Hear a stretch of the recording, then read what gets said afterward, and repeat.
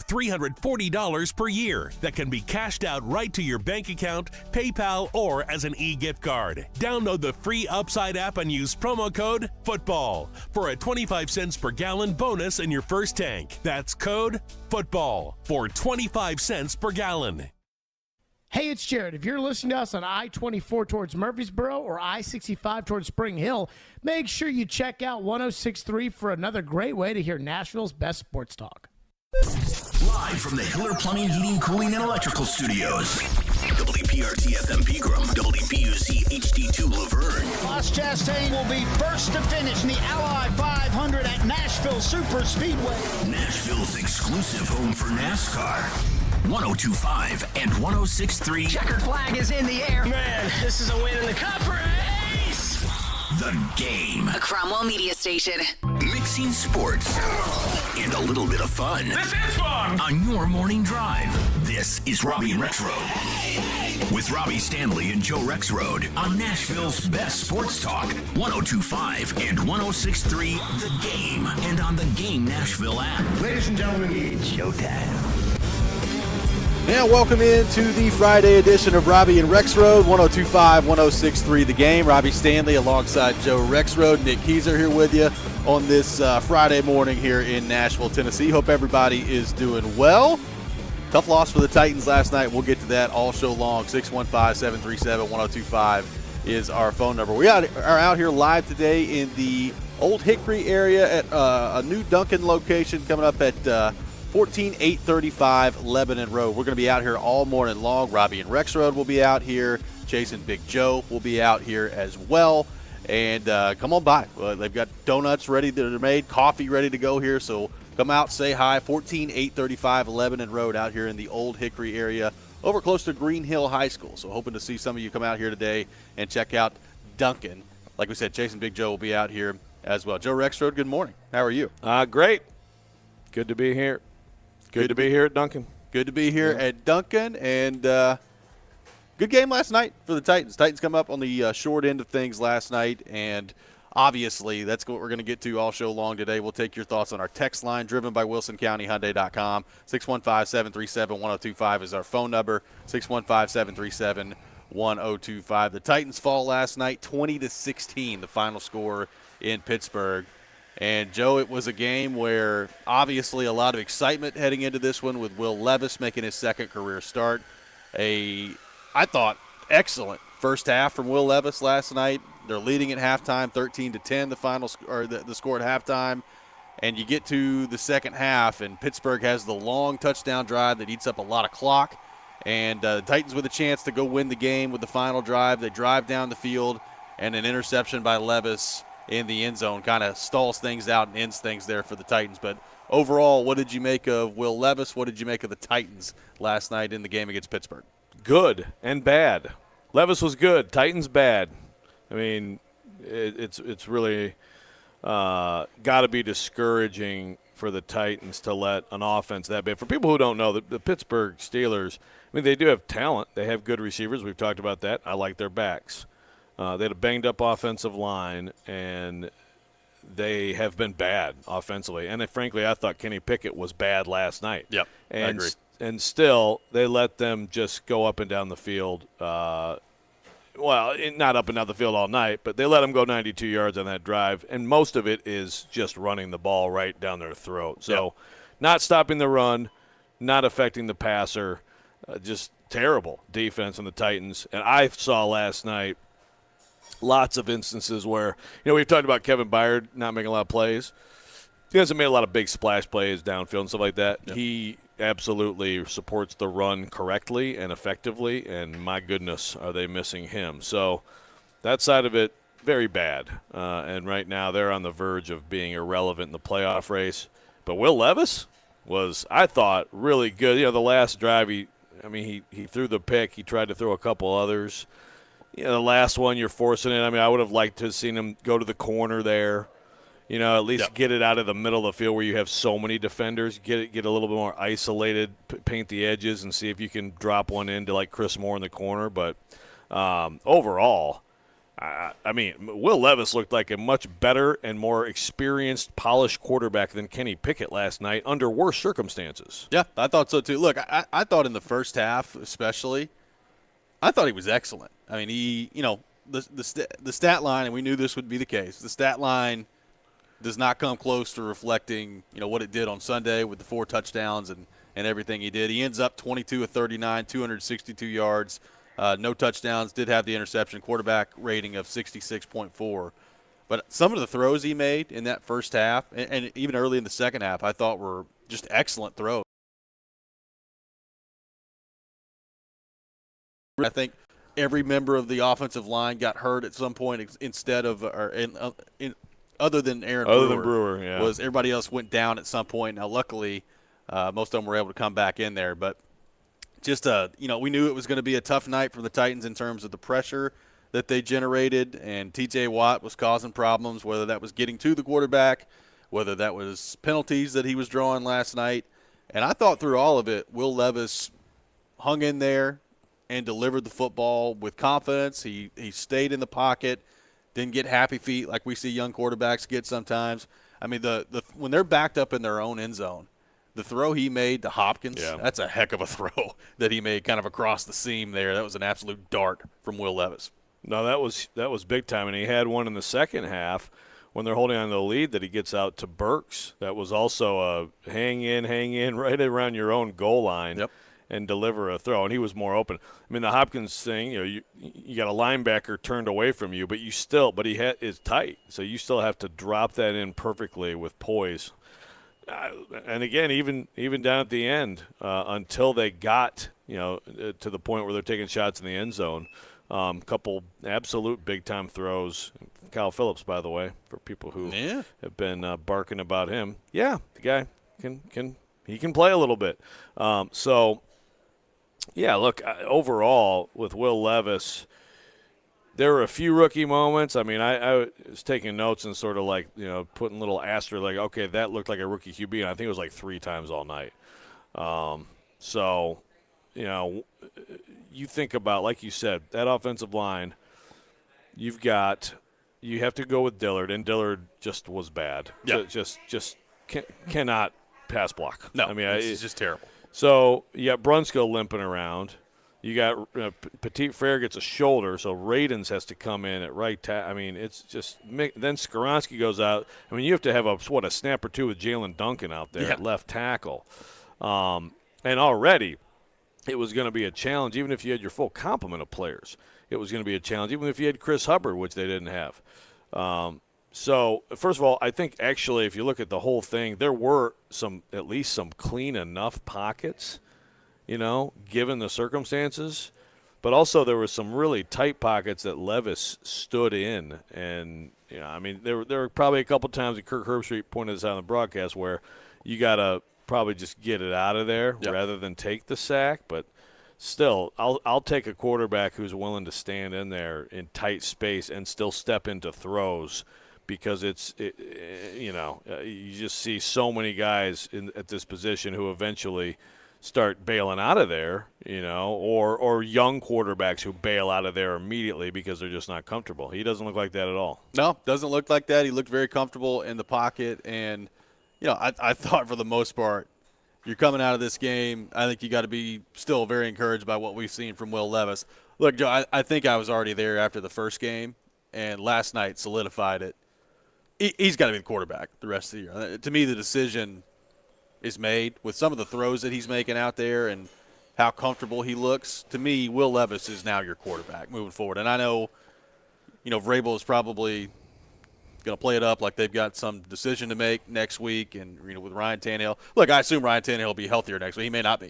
Whenever Ryan Tannehill's healthy, Vrabel's going to play it up like they've got a decision to make. But to me, the decision has been made. It's Will Levis' show from here on out. Yeah, and you're right. That's the thing. We've kind of been presuming, like Tannehill will be back. That's not necessarily the case at all. They have this extra time now before the next game, but that doesn't mean that he's back for sure. And before you even seriously think about it in the building, which I'm with you, they shouldn't. But even if you did, I wouldn't entertain it until Tannehill is like 100% healthy, right? Yeah, for sure. I mean, you're getting more production right now out of Levis. Is it, Vrabel playing it up public? Sure, why not? I mean, I guess as long as you have that to throw at an opponent, whatever that means, if that means anything. Yeah, we'll see how Ryan's doing, right? Yeah. I mean, I don't think Vrabel's going to declare anything and that'll tick some people off. I get it. That'll tick some people off. But I'm with you. And I really don't think they're going to be going back to Tannehill unless Levis gets hurt. I could be wrong, but I don't think they will. But I think a lot of Vrabel will make it seem that way, and he'll play the game, and people will get mad at him. And maybe he likes people getting mad at him. Officer Watson from Clarksville on the text line. By the way, taking your text today, you're having some technical difficulties with the phone. So taking your text today, 615-737-1025. Officer Watson says, Levis looked good, but he did miss Hopkins and Spears for touchdowns. I don't remember the Hopkins play that you're talking about. Spears was not a miss. Spears, no, that was a perfect throw. Perfect throw. I don't know what Spears is doing backpedaling. Spears there. all of a sudden Spears thinks he's a center fielder at the wall. Yeah, I don't know what that was. Just there. keep running, or you have to adjust, but you adjust and run to the outside. That's where Levis threw it. It's a touchdown. If he keeps running, it's a touchdown. And that is an absolute beautiful touchdown and touchdown drive. And who knows if the game turns out differently? I don't know what Spears was doing there. Yeah, I don't know the Hopkins. I'm not disputing that. You may be right. I just don't remember the play. The 4th and 4 where Burks got hurt, and thankfully Traylon Burks is okay. Yep. I mean, he walked on the bus and all that stuff. So you got to be super careful in those situations. Thankfully he's okay. But I mean, on that play, Phillips, by the way. And thank you, Will. I will be breaking down all of Kyle Phillips' catches. But Phillips, route by route. It's 4th and 4, and he's wide open for a little slant. It's you move the chains and move on. That's a mistake. Yep. That Levis launched that one on 4th and 4. I mean, that whole drive was. We'll get into it, I know, because there are a lot of things to nitpick on that drive. But yeah, I mean, just Levis alone. The big picture here for Titans fans, to me, is that you should be excited. I mean, I mentioned the Hopkins throw when they're backed up in their own end zone. The one where he threw it to NWI, where pressure's in his face, and he kind of lofted it over the top there on the right sideline. NWI comes down with it. A good throw on basically like an in and out to Kyle Phillips along the sideline too. I mean, there were several throws last night, and Herbstreit and Al Michaels, who Al Michaels at times last night sounded like he'd rather be anywhere else than where he was on the broadcast, but they were talking about just the arm strength that he brings to the table. Look, I think a lot of people expected a big drop-off from Levis, and I know statistically you'll look at it and you'll say, well, he threw a pick, he didn't throw a touchdown pass. It was a big drop-off from game 1 to game 2. Joe, when I watched him play, it was probably a little bit of a drop-off just because they didn't connect on 65-yard bombs down the field. But other than that, I didn't think there was much of a drop-off. I thought he looked pretty good for the most part. I can make the case that this was a more impressive performance because he wasn't really affected much. Well, I shouldn't say that. He was affected. I mean, they pressured him 40% of the time. But it wasn't the same level, right, being on the road against a Steelers defense. Right. And he made a variety of – look, those bombs were beautiful. Those are great. And he threw some other passes that should have been caught and all that stuff. But in this game, I thought you saw the entire menu of throws you have to make as a quarterback. And I thought he did every one of them, and just touch and zip and being able to have the arm strength at times to not be able to step into a throw but still get it out to a spot. I could make the case this is more impressive. I mean, I guess it's hard at the end, the pick, you'd like to see a less desperate throw on the pick because you do have one more shot there. Right. You could make a little bit safer throw and take one more shot at the end zone. That wasn't great, but it was close. It's very close, I think, comparing the two performances. Both of them, to me, bring a lot of encouragement. Ben says that someone at a Wings place, they were mad and saying Tannehill would have won us that game. Oh, hey, it's good to see the variety of opinions. I agree. I agree. 615-737-1025 is our phone number. Our text line is open, driven by WilsonCountyHyundai.com. We'll take your thoughts on Will Levis. What did you make of Levis's performance last night in his second career start? More on that coming up next. You're listening to Robby and Rexrode, 102.5, 106.3 The Game.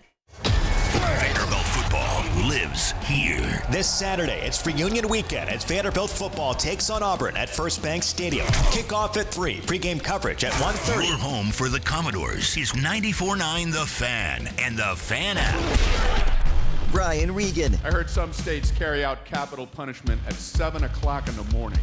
Talk about cruel. Is that guy supposed to get some sleep the night before? Yeah, I think I'm going to hit the rack, get some shut-eye. Yeah, got a short day tomorrow. Brian Regan live on stage, June 19th, Ryman Auditorium. Tickets on sale Friday, November 3rd, 10 a.m. at Ryman.com. Sponsored by PNC Bank and AXS, proud partners of Ryman Auditorium.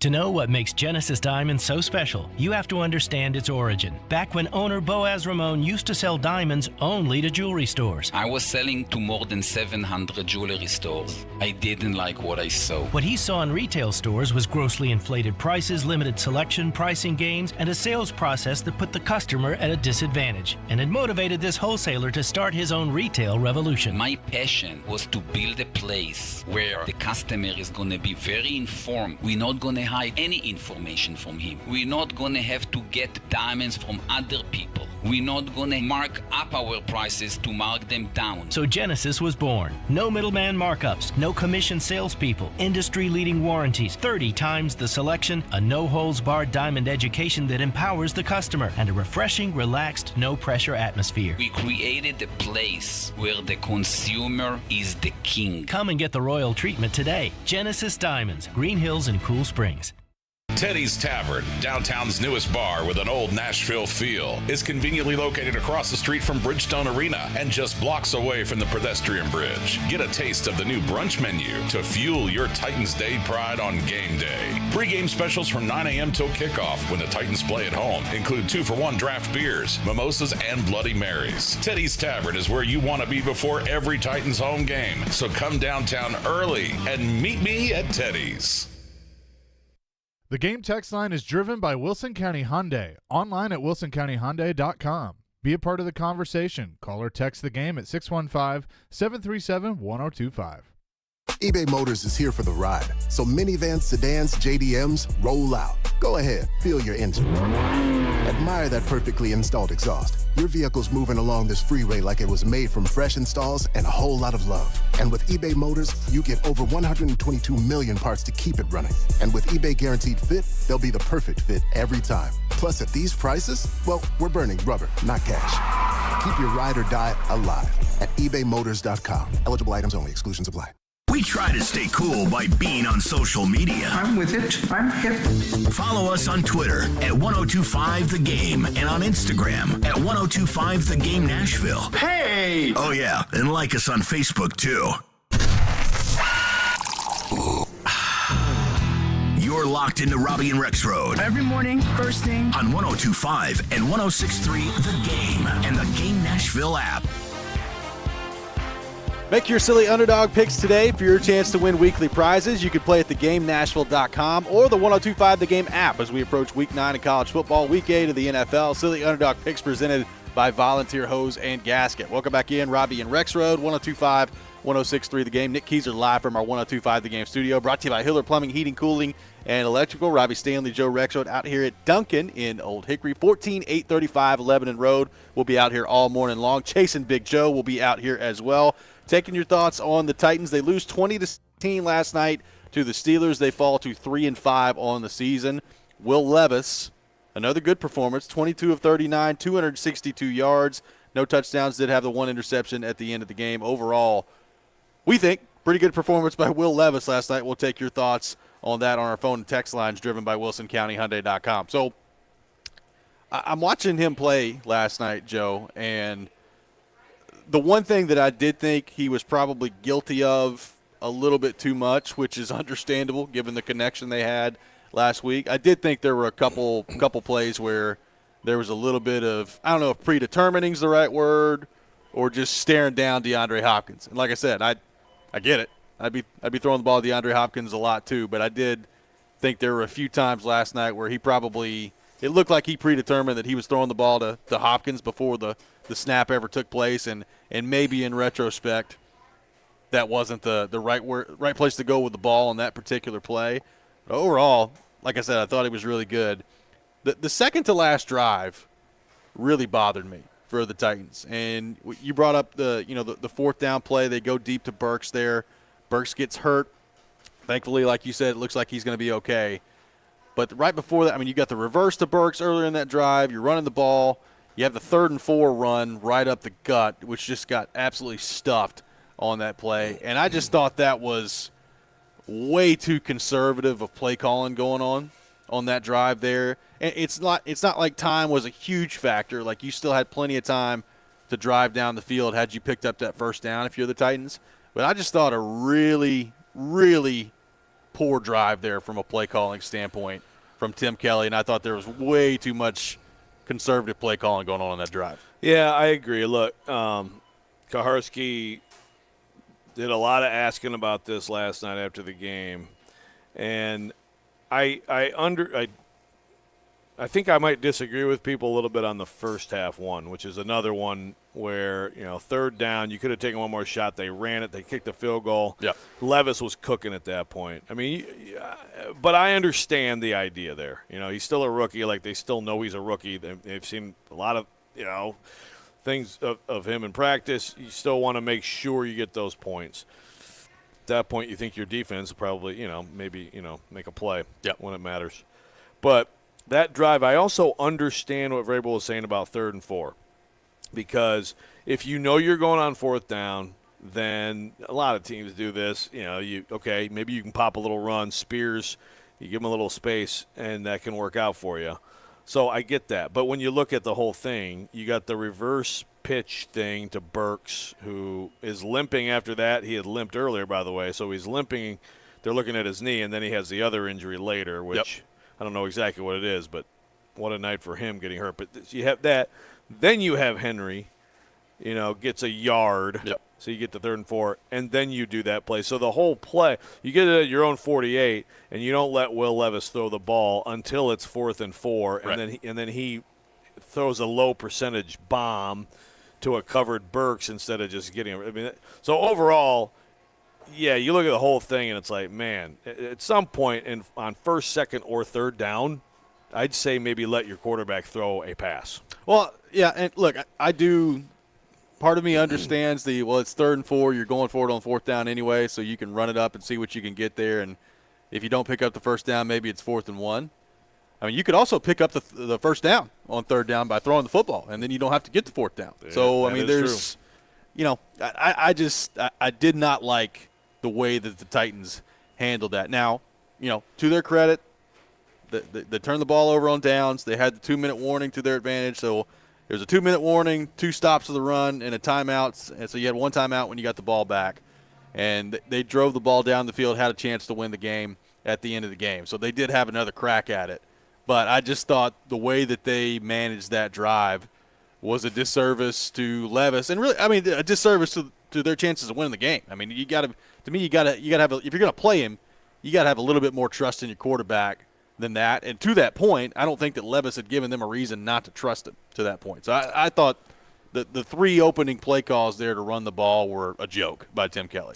Yeah, like you can't wait until 4th down in a game with less than 4 minutes to play with fantastic field position, before you throw a pass. Yeah. So you can take each one of those and say, and again, I mean, the Burks play, actually he did a pretty good job, I think, to get 5 yards. That could have been bad. I thought that they were going to lose about 8 when he first got it. Yeah, some of the like trick play stuff, and especially I feel like when they get in the red zone, it's like they feel like they have to do something. And I mean, when's the last time one of those really worked? Right. I mean, if talking about the big picture with Tim Kelly here. And they had the graphic last night, and I think the Titans now are – I think TD tweeted out the latest stats of where they are in the league. 3rd worst? I think – are they 3rd worst in the league? It's not good. In red zone. Again, a team that has been absolutely fantastic there, in the last few years. That's one thing that you – that's That's the first thing Vrabel said when people wanted to fire Todd Downing 2 years ago is, he talked about red zone. I mean, they're at 35% right now. That's third worst. So, yeah, like he said, they were the best for a 4-season stretch combined of 70. They've cut that in half. That is absolutely a huge issue. It's a huge OC issue that Tim Kelly has got to figure out. And certainly I'm sure, personnel limitations are part of that, but that's just terrible. And this team, they're not going to win. Well, I mean, at any level, at any significant amount to try to get in the playoffs if you can't do better in the red zone. Nick Folk makes every field goal. Good for him. He does. But he's taken way too many of them. Well, I mean, look, I agree. Personnel limitations are part of it. You do still have Derrick Henry, and you have Spears, who I think could be a good red zone weapon, and you have DeAndre Hopkins. Like, there are places to go with the football, and they got to figure out how to be more efficient in the red zone, or they're not going to have a chance to move forward. Like, look, it's a rookie quarterback going on the road in that environment, which, by the way, like, Renegade went down and that crowd got amped up, and Levis the next play like immediately silences them by throwing, I think it was the Chris Moore play where he ended up with like 29 yards. And I was like, okay, so this kid's not intimidated by the environment, not intimidated by the circumstance. I didn't anticipate, Joe, getting to the show today and the Titans losing the game and Levis being not even anywhere near my reasons of why they lost the game. Yeah, exactly. Which I think is a credit to him. By the way, that was actually Burks. That was the Burks crossing at the 29. You're like, hey, Traylon Burks. Yeah. And apologies to Officer Watson, by the way. You're absolutely right. I don't know how I forgot that. They scored on the next plays. It doesn't matter. But, yes, Hopkins was breaking in the back of the end zone, and Levis has to see him and get it to him. He kind of had decided to tuck and run. But on the next play, Henry got in. So, but, no, exactly. The Titans lose this game. I mean, if you told me going in, Will Levis will flat out outperform Kenny Pickett and be the better quarterback, then I would not have picked them to lose the game. That's for sure. I got a texture that says, one of my friends said, the run pass on the second to last drive. Terry Robisky would be so happy. This is from Jeremy from Cookville. Actually, Jeremy, it's run. Yeah, you got to have that fourth one in there. That's right, run pass. Yeah. All three of those plays can't be runs. I mean, that's like somewhere in there you got to let Will Levis, who had played just fantastic up to that point, make a play. And look, fourth down, he's got to get it short to Kyle Phillips, move the chains, move on. So that's on him, but you put him in a spot where the only chance he had was on fourth down. Do we want to talk about how Billy Jeans has now made its way to Ian Rappaport and Jamie Erdahl and all the NFL crew? How exciting. It's spreading like wildfire. What bothers me is, like, he said that, and you tweeted me, like, we have fun with it. And there's some people on Twitter like, oh, this is so awesome. Whoa, Ian Rappaport. Oh, yeah. I don't know why I sounded like Randy Macho Man Savage there, but thank you, Ian Rappaport, for joining the Billy Jeans party. Jamie Erdahl, even late last night, is tweeting about Billy Jean. Like, she's into this, it, man. Yeah. So, why would you not be? Make it happen. Tune in to 93.3 Classic Hits this Saturday for MTSU football. The Blue Raiders will kick off at 5 o'clock on the road against New Mexico State. Pregame beginning at 4 o'clock. Coverage also available on the 93.3 Classic app and at 93.3ClassicHits.com. We'll continue the discussion on the Titans. Now falling to 3-5. What does this mean for the Titans the rest of the season? With a long week now to prepare for Tampa Bay, potentially Ryan Tannehill getting a little healthier. We'll get into all that coming up next. This is Robby and Rexrode, 102.5, 106.3 The Game. He breaks down every game. The players are still going to be fine. And knows the ins and outs of the two-tone blue. They deal with their own position coaches. He is ESPN NFL Nation Titans reporter Teron Davenport. It's clear what he's doing. TD joins every Monday at 1, Thursdays at 3, Friday mornings at 8, and anytime on the Talkin' with TD podcast. I think that's really cool how he could show both sides. TD is on 102.5 and 106.3 The Game and the Game Nashville app. Twin Peaks is the best in the game. Here, you're in the red zone for every college rivalry and divisional matchup all season long. On game day, you never have to decide which teams to watch, only what combination of bites, burgers, wings, and more to order. Plus, where else are your favorite draft beers always poured at a frozen 29 degrees? Only at Twin Peaks, the #1 sports bar. Get wings the way you want them. Try Twin Peaks wings bone-in breaded, naked, smoked and grilled, or boneless in your favorite sauce or rub. In 1972, a Nashville family business story began when Bill and Beverly Finley founded Volunteer Hose and Gasket. 3 generations have grown the business into the local industry leader supplying just about anything to anybody, from the largest of contractors to your neighbor that mows his own yard. Over 1 million items in stock: belts, belting accessories, gaskets, gauges, hose fittings, hydraulics, industrial hoses, lubricants, sealing products, tubing, fire protection, and more. All at volunteerhose.net. If Volunteer Hose and Gasket doesn't have it, then you probably don't need it. Call them at 615-242-0461. Are you kidding me? Gas prices are up again? Somebody has to do something. Well, someone did. That's why I use Upside. Upside? What's that? It's a free app that pays you real cash back for every gallon of gas or diesel you buy. I just earned 25 cents back on every gallon of this tank. Hold on. So the Upside app is free and you actually get cash back every time you use it? No strings attached? Yep, it's awesome. And it only takes a couple of minutes to sign up. Instead of just watching your dollars go into your tank, start putting money back into your wallet with the free app from Upside. With the price of gas today, it's big news and big money. Frequent users earn an average of $340 per year that can be cashed out right to your bank account, PayPal, or as an e-gift card. Upside users have already earned over $500 million in cash back. Download the free Upside app to join them. Use promo code FOOTBALL for an extra 25 cents per gallon on your first fill-up. That's code FOOTBALL. Use code FOOTBALL for an extra 25 cents per gallon back in your first fill-up. ABC Wednesday, November 8th. It's country music's biggest night. The CMA Awards, live. With performances by Luke Bryan, Lainey Wilson, Jelly Roll, and Kay Michelle. Old Dominion with Megan Maroney. Carly Pierce featuring Chris Stapleton. Tanya Tucker with Little Big Town. And more. The best in country music! Luke Bryan and Peyton Manning host. The CMA Awards, live. Wednesday, November 8th, 8/7 Central on ABC. And stream next day on Hulu. In any work environment, culture is the most important thing. And what makes up the culture? The people. Hey, this is General Manager Sean Ford with Cromwell Media. And this month, we have several celebrating their anniversary working with us. From our sales department, Nicola Spencer is celebrating 19 years. From engineering, Ted and Holly, 13 years. And Willie Donick with 102.5 The Game is celebrating 12 years with us at Cromwell Media. If you're looking for a new career, reach out to us at together@cromwellmedia.com. Love what you do, love where you work. Keeping it local. The Titans get a big win. Well, Derrick Henry's on the field. It's like, all right, what's going to happen? And fun. Bad time to get Florida. They're going to be mad. Oh, my goodness. Every day, it's Chase McCabe. I was sitting here going, I think I'm going to watch Batman 1989 tonight. And Big Joe Dubin. That's your plan for tonight? Probably, yeah. I need a night. The Chase and Big Joe Show. Brought to you by Regal Realty Group. Weekdays at 9 on 102.5 and 106.3 The Game and the Game Nashville app. Hey Nashville, this is Laura Rutledge from the SEC Network, and you're listening to Nashville's best sports talk, ESPN 102.5 The Game.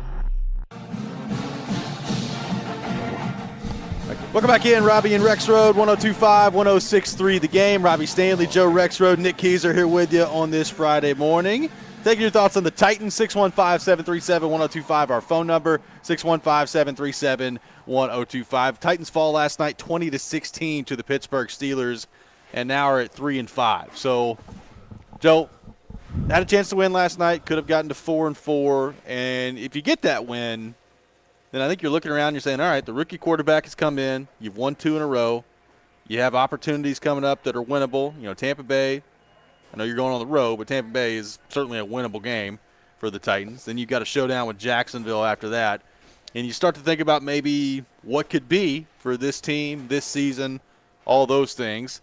I mean, those things aren't completely dead now, but 3-5, you're in a tough spot as it relates to the division race, as it relates to the wild card race in the AFC. We know how loaded the AFC is. So how damaging is that loss for the Titans? And what do you think this means for the Titans moving forward? Yes, with Levis, but also with just their approach as they move forward here. They get through the trade deadline. You know, Kevin Byard's the only one that they move. I did think there were times where they certainly missed Kevin Byard last night. We're going to get into the defensive side of things at 7 o'clock because this defense is just such a far cry from what I thought they could be this year, and it's depressing to watch. But we'll get into that coming up at 7 o'clock. But just the record itself, how damaging is that loss for the Titans last night? Yeah, I mean, it's absolutely damaging. It's also amazing that Pittsburgh is 5-3. It really is. They've been outgained every game. They come in. They come in just with a lot of bad numbers, and I look at their offense last night. I look at Kenny Pickett. Credit to him, he made a few throws on the winning drive, so that matters. But boy, he just misses throws you can't miss. He does. I mean, they had George Pickens, not Carl, not Carl Pickett, not Kenny Pickett playing the slot. Yeah.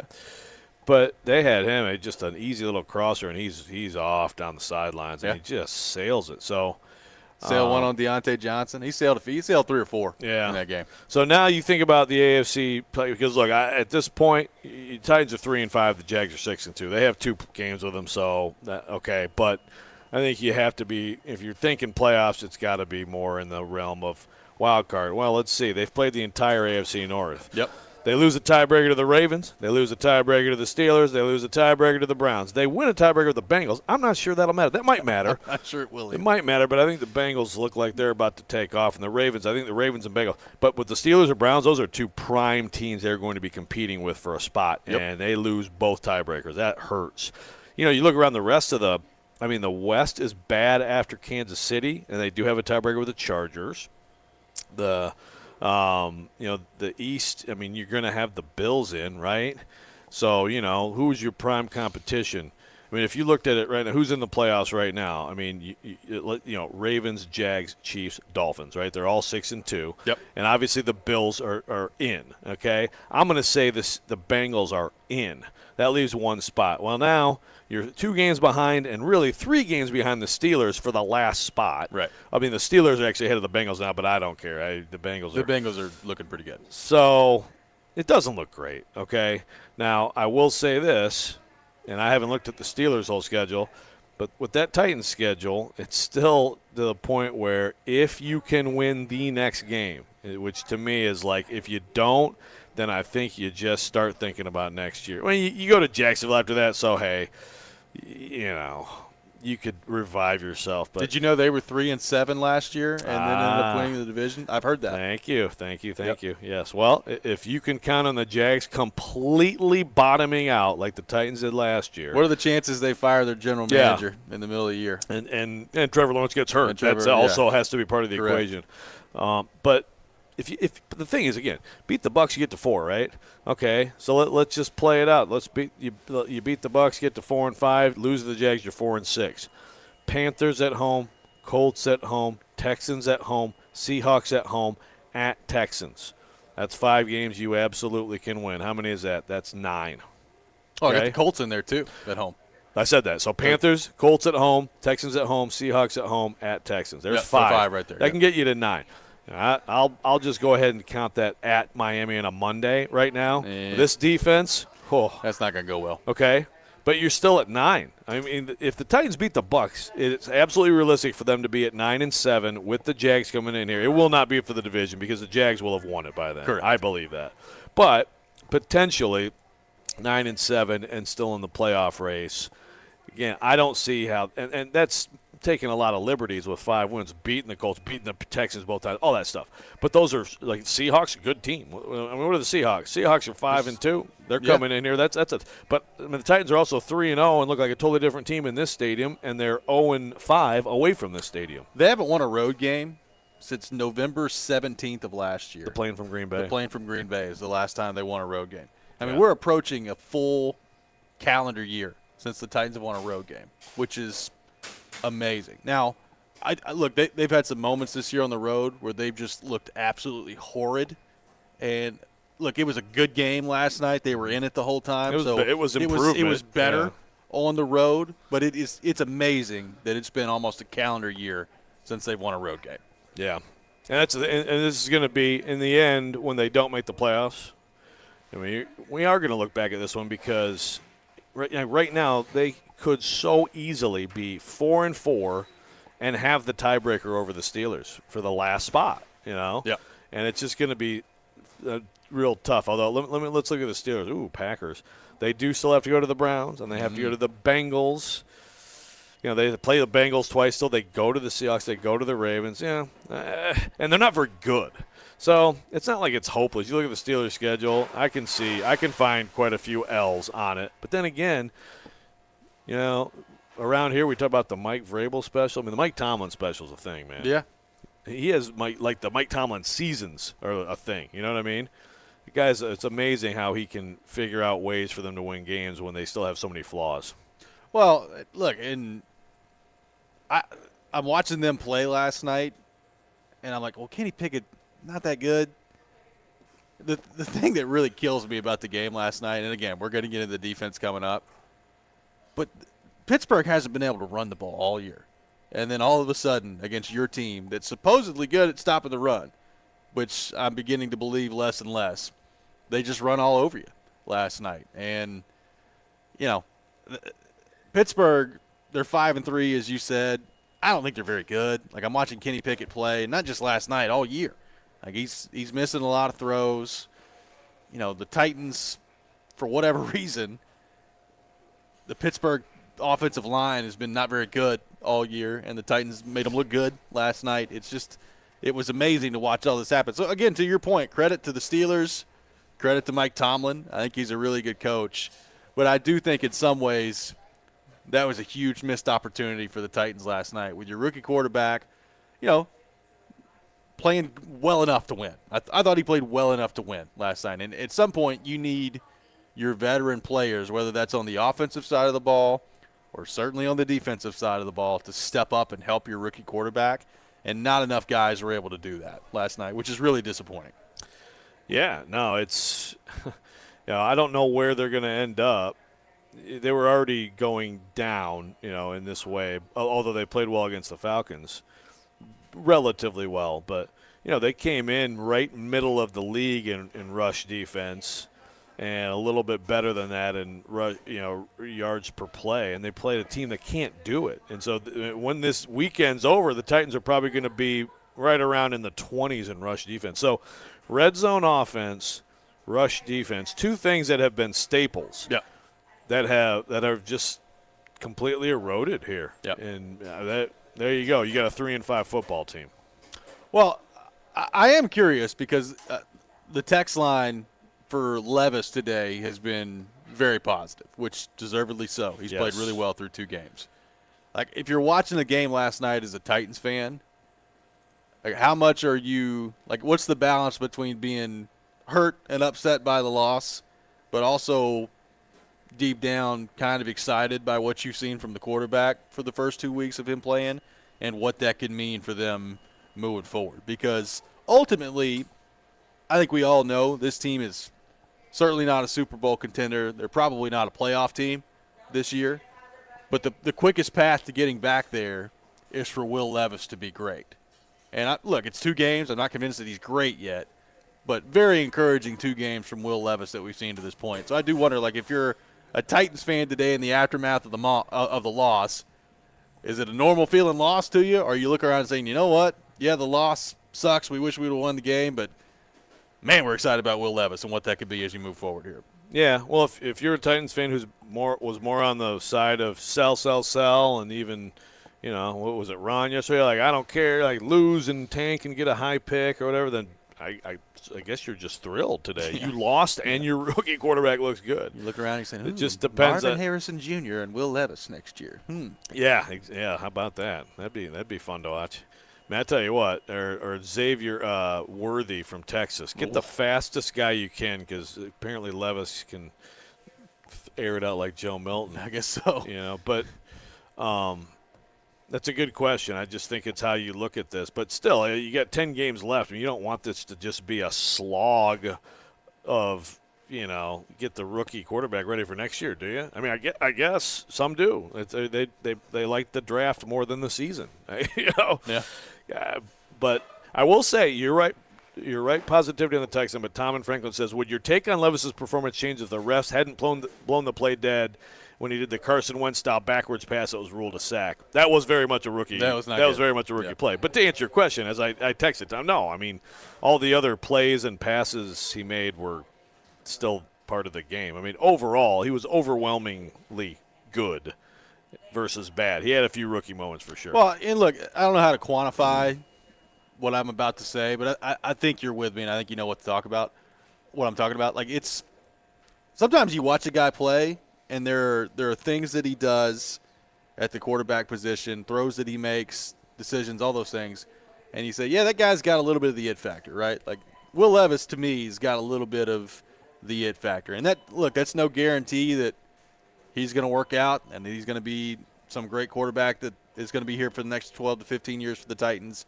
It's been 2 games. But there have been a few throws that he's made through those 2 games where you're like, yeah, I don't recall seeing anybody around here being able to do that. And I'm talking McNair, I'm talking Vince Young, Mariota, Tannehill, whatever quarterback you want to talk about. There's a level of arm strength that he brings to the table and some of the different platform throws that he can make, off-platform throws, that we hadn't seen around here at the quarterback position. Headline, Robby Stanley says Will Levis greatest quarterback in Titans history after 2 starts. That's good to know. I appreciate it. I know that Ian Rappaport is probably listening to our show intently after discovering Billie Jean's last night, and maybe he'll go with that today. The thing is, it's a lot of it is intangible. I mean, first of all, the whole personality thing, I think that's just teams being – again, it's like Kayvon Thibodeau. There was something about there was something with Levis too, but there was something with Kayvon Thibodeau about taking a bag of chips. Yeah. Who gives a crap when he sacks a quarterback 3 times in the game like he did last time? Like these guys just they fall all over themselves trying to find flaws. They also are trying to, the agents are trying to sabotage other clients, all that crap. My question with Will Levis, it's not like it's totally answered, but it's just accuracy, because I just thought at Kentucky last year especially, I just thought he was so errant in some plays. But you know what? How much of that was him being injured? Yeah. I don't know. All I know is imagine that guy with protection and actual good receivers the way he's playing right now. If you can just duplicate this, because his command, they don't get delay a game. The command at the line is not rookie-like. That also speaks to, again, a dude who, I figured that he'd be really good at studying, being ready and prepared and all that stuff, but still, can you perform? Right now, the accuracy is really impressive. More of your thoughts on Will Levis and the Titans coming up next, 615-737-1025, our phone number. You're listening to Robby and Rexrode, 102.5-106.3, The Game. Green right, box 2 run, double K.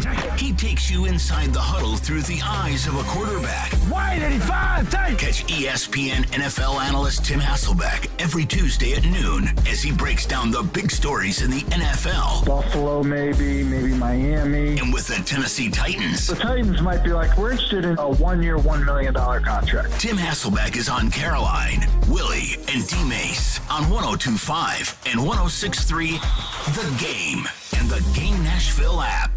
Put Lee Company on your team and stay ahead of the game with home maintenance, improvements, and repairs. For only $12 per month, you'll receive 4 visits to your home each year by an experienced technician and discounts on service calls, parts, and labor. You'll also receive priority service with no emergency service rates. Let Lee Company keep your air conditioning, plumbing, electrical, and heating systems in tip-top shape. Visit LeeCompany.com today and schedule your first appointment online.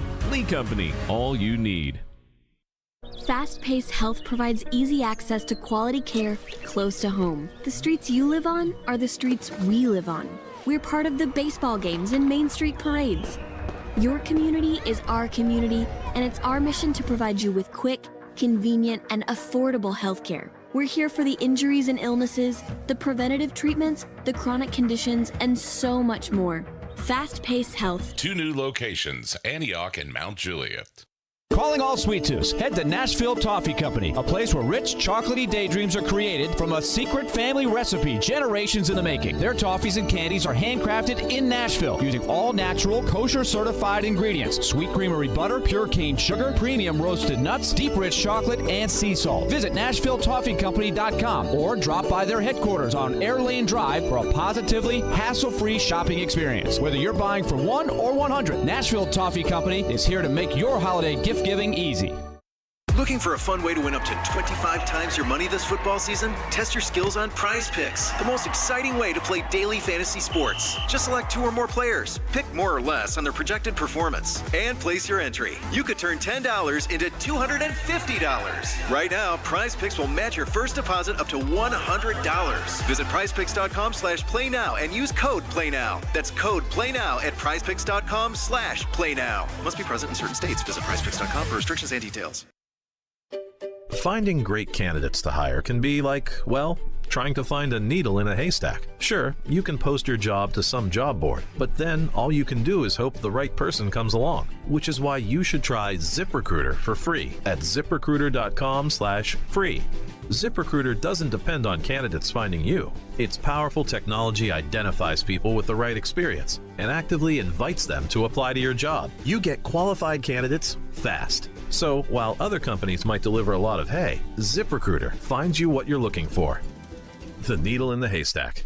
4 out of 5 employers who post a job on ZipRecruiter get a quality candidate through the site within the first day. ZipRecruiter, the smartest way to hire. And right now, you can try ZipRecruiter for free. That's right, free. Just go to this exclusive web address, ziprecruiter.com/free. That's ziprecruiter.com/free. ZipRecruiter.com/free.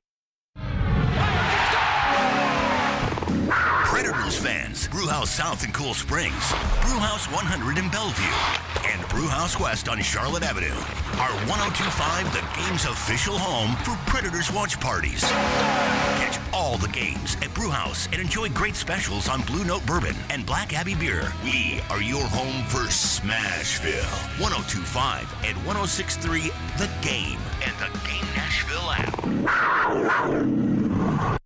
You're listening to Robby and Rexrode. It's part of this nutritious breakfast. On 102.5 and 106.3 The Game and the Game Nashville app. Tune in to 94.9 The Fan tomorrow at 6:45 for our college football game of the week. LSU taking on Alabama, presented by Twin Peaks. Take your tailgate to Twin Peaks for scenic views of all the hottest college football games across the country and home of the 29-degree beer. Welcome back in, Robby and Rexrode. Robbie Stanley, Joe Rexrode, Nick Keys are here with you on this Friday morning. Taking your thoughts on the Titans. Titans lose last night 20-16 to the Pittsburgh Steelers. They dropped to 3-5 on the season. Your thoughts on our phone and text lines driven by WilsonCountyHyundai.com, 615-737-1025. So you mentioned the accuracy with Levis. I agree. It's been very impressive to this point. How much credit do we give by what we've seen from Levis through 2 games to Charles London and Tim Kelly? You know, I've talked about Tim Kelly today. Was not a big fan of that second to last drive. Didn't think he called that one very well. I am looking at Will Levis though, and you know, we'll see. Still a 2-game sample size. We'll see if the accuracy maintains, you know, what it's been through those 2 games. It's been very impressive to this point. What do we make of the Charles London, Tim Kelly part of this? And you know, a lot of Titans fans, and we've heard from these people on our text line, Joe, of Vrabel, this system, they can't develop quarterbacks. Will Levis is looking pretty darn good right now through 2 games. Yeah, well, I think that's a good point. I think that you have to give those guys credit. I think it's also it's some of what we've talked about, which is this week, which is you can practice and film and talk and meet and all that stuff, and let's see it in a game, good or bad. You know, what's the reality? Sometimes guys go out there and it's like, wait, this is not what I saw in practice. Why is he making this mistake and that mistake? And sometimes it's like, oh, he's got total command. So I think that's part of it. But, yeah, I mean, I think those guys absolutely deserve credit, and I think that they obviously figured out a way to, during those weeks, you know, early in the season when Levis is kind of relegated to QB3 and he's inactive on game days, those reps they got Monday night, I mean, that stuff obviously mattered. And I think, again, it also – I mean, we got to remember how much camp he missed. Maybe this becomes more apparent in preseason game 2 and 3 if he gets half of those games like he was going to. Yeah. But I'm not even sure about that. I mean, this is another, to me, great example of how just preseason football is just people out there in uniforms running some basic plays, and actual football is very, very specific game plans, and if you're really good at studying and digesting that stuff and applying it to specific situations and your calling protections. He made a couple mistakes calling protections last night too. That was pointed out one time. Like he had to, I think it was one of the sacks. He needed to shift it to Watt, and he didn't. So it's not perfect. But overall, the command and all the stuff that goes into an actual game plan against an opponent, it's the preseason is not that at all. So I think that's all something that you got to keep in mind. But, yeah, I think London and Kelly deserve some credit. I mean, Pat O'Hare still working, too, with quarterbacks, too. Whoever all is in – all the cooks in the kitchen there, they've done good work. I'd still say all those guys can do all the stuff they want, and they've worked with Willis too, right? Sure. So that it's just like, okay, what's he going to do when he gets out there? And he's got strays from Rexrode. Well, I'm just saying. I mean, they worked with him too. I mean, so yes. I mean, I think that there is some level of like, man, what's going to happen when he gets out there? And I think the thing with Levis that I like also, along with the poise and all that stuff, and just most of what he did last night, like the competitiveness too, Yeah, and if he's going to be this good, he's going to be one of the most punchable faces in the NFL. For opponents and opposing fans, right? But if that guy's on your team, you love that.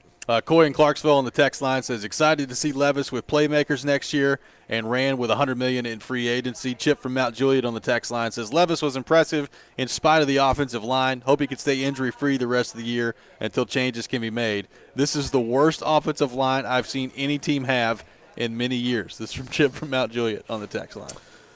Yeah, well, and the thing is, as some have pointed out, I would agree with this. Like, I still think the offensive line for the Titans was better than the defensive line last night. I agree. I mean, certainly, which is amazing. Certainly relative to expectations and relative to investment, right?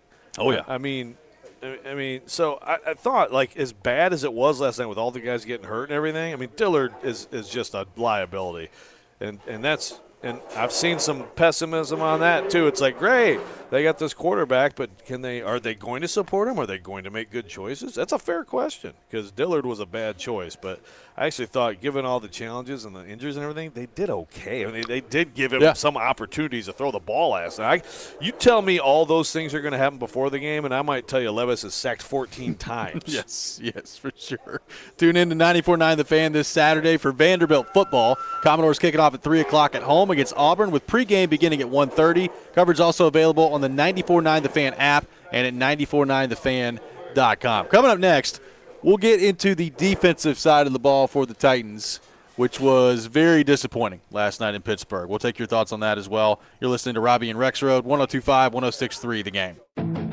All the big plays. And we are done. Vandy 24-21. All the big stories. I'm sure Vandy will be a much better team if Clark Lee is the coach. All in one place. We are Nashville's best sports talk. 102.5 and 106.3. What a stop by UC Sarah. Then he wouldn't end up on my team. Driving his way to victory lane. I think that's the right strategy. The Game and the Game Nashville app. ElectronicExpress.com. We make it happen. Country music singer-songwriter Kylie Morgan absolutely loves her Genesis diamond ring. I got so many compliments as soon as I got the ring and continue to get compliments on it because it looks really pretty on my finger.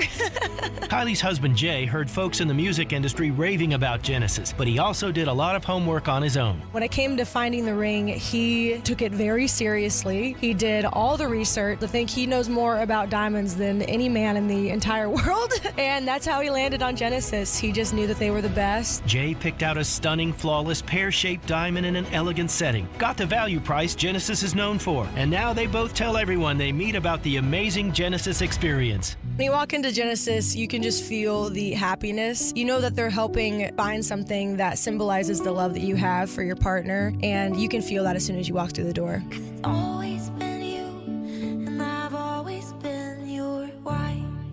Genesis Diamonds, Green Hills and Cool Springs. Hey, are you seeking relief? Maybe you would just like to enhance your day or night. Did you know there are illegal THC products available right here in Tennessee? I'm serious. you can have legal THC products shipped to the comfort of your home. Comfort and cannabis is only one website away. Visit greentreescompany.com. That's Green Trees with a Z. Change your life today. Your company's hiring. Who isn't? We would love to show you how to use 1025 The Game to attract and retain employees. We can also help you find the exact person you're looking for with a targeted digital campaign. You can trust our team to help you build your team. Email us at together@cromwellmedia.com.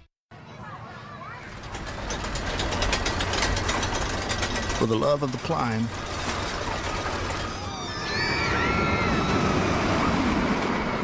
for the love of the fall, for the love of knowing your kids' laughter is the sweetest music there is, for the love of Tennessee. Travel safe. Brought to you by the Tennessee Department of Tourist Development, the Tennessee Association of Broadcasters, and this station. With your choice of select sandwich, nugs, fries, and a drink, Wendy's $5 Biggie Bag is your go-to. Your nugget wingman. Your hot and crispy fry co-pilot. Just like us. We're like the Bag Boys. What? Bag Boys, what you gonna do? What you gonna do when we bring your food? For a deal you can count on, bet on Biggie and choose wisely. Choose Wendy's. Bag Boys. U.S. price and participation may vary. Includes choice of JVC or crispy chicken sandwich with 4-piece nugs, junior fry, and small soft drink. Third-party delivery pricing may be higher. Now, your Game Center update. This update is delivered by Black Tie Moving. I'm Nate Keyser. The Tennessee Titans fell 20-16 in the Steel City last night on Thursday Night Football. Quarterback Will Levis threw for 262 yards, while wide receiver Kyle Phillips picked up 68 receiving yards. How did Levis say he felt after the game taking in the loss? Trying to replay in my mind a little bit some of the things that happened, and obviously knee-jerk reactions are obviously a little different than once you go back and watch the tape, and things are usually not as bad as they seem, or if they're really good, they're not as good as they seem. So. And the Nashville Predators have now dropped 2 in a row to begin their road trip. The Seattle Kraken scored 2 unanswered goals to claim a 4-2 win over the Nashville Predators. Tommy Novak and Roman Josi both scored on the power play. And the San Jose Sharks suffered their worst loss in franchise history last night, 10-1, as the Vancouver Canucks cruised by. Defenseman Quinn Hughes finished the night with 5 points. This update has been delivered by Black Tie Moving. Use the promo code GAME to score 10% off of your next move. Live from the Hiller Plumbing, Heating, Cooling, and Electrical Studios. WPRT FM Pegram, WPUC HD2 Laverne. Broadcasting on Alexa. I appreciate that. And other smart speakers. 102.5 and 106.3. And a score! You can run different offenses. The doors on the board. Off the field, on the field. The Game. A Cromwell Media Station. Mixing sports and a little bit of fun. This is fun! On your morning drive.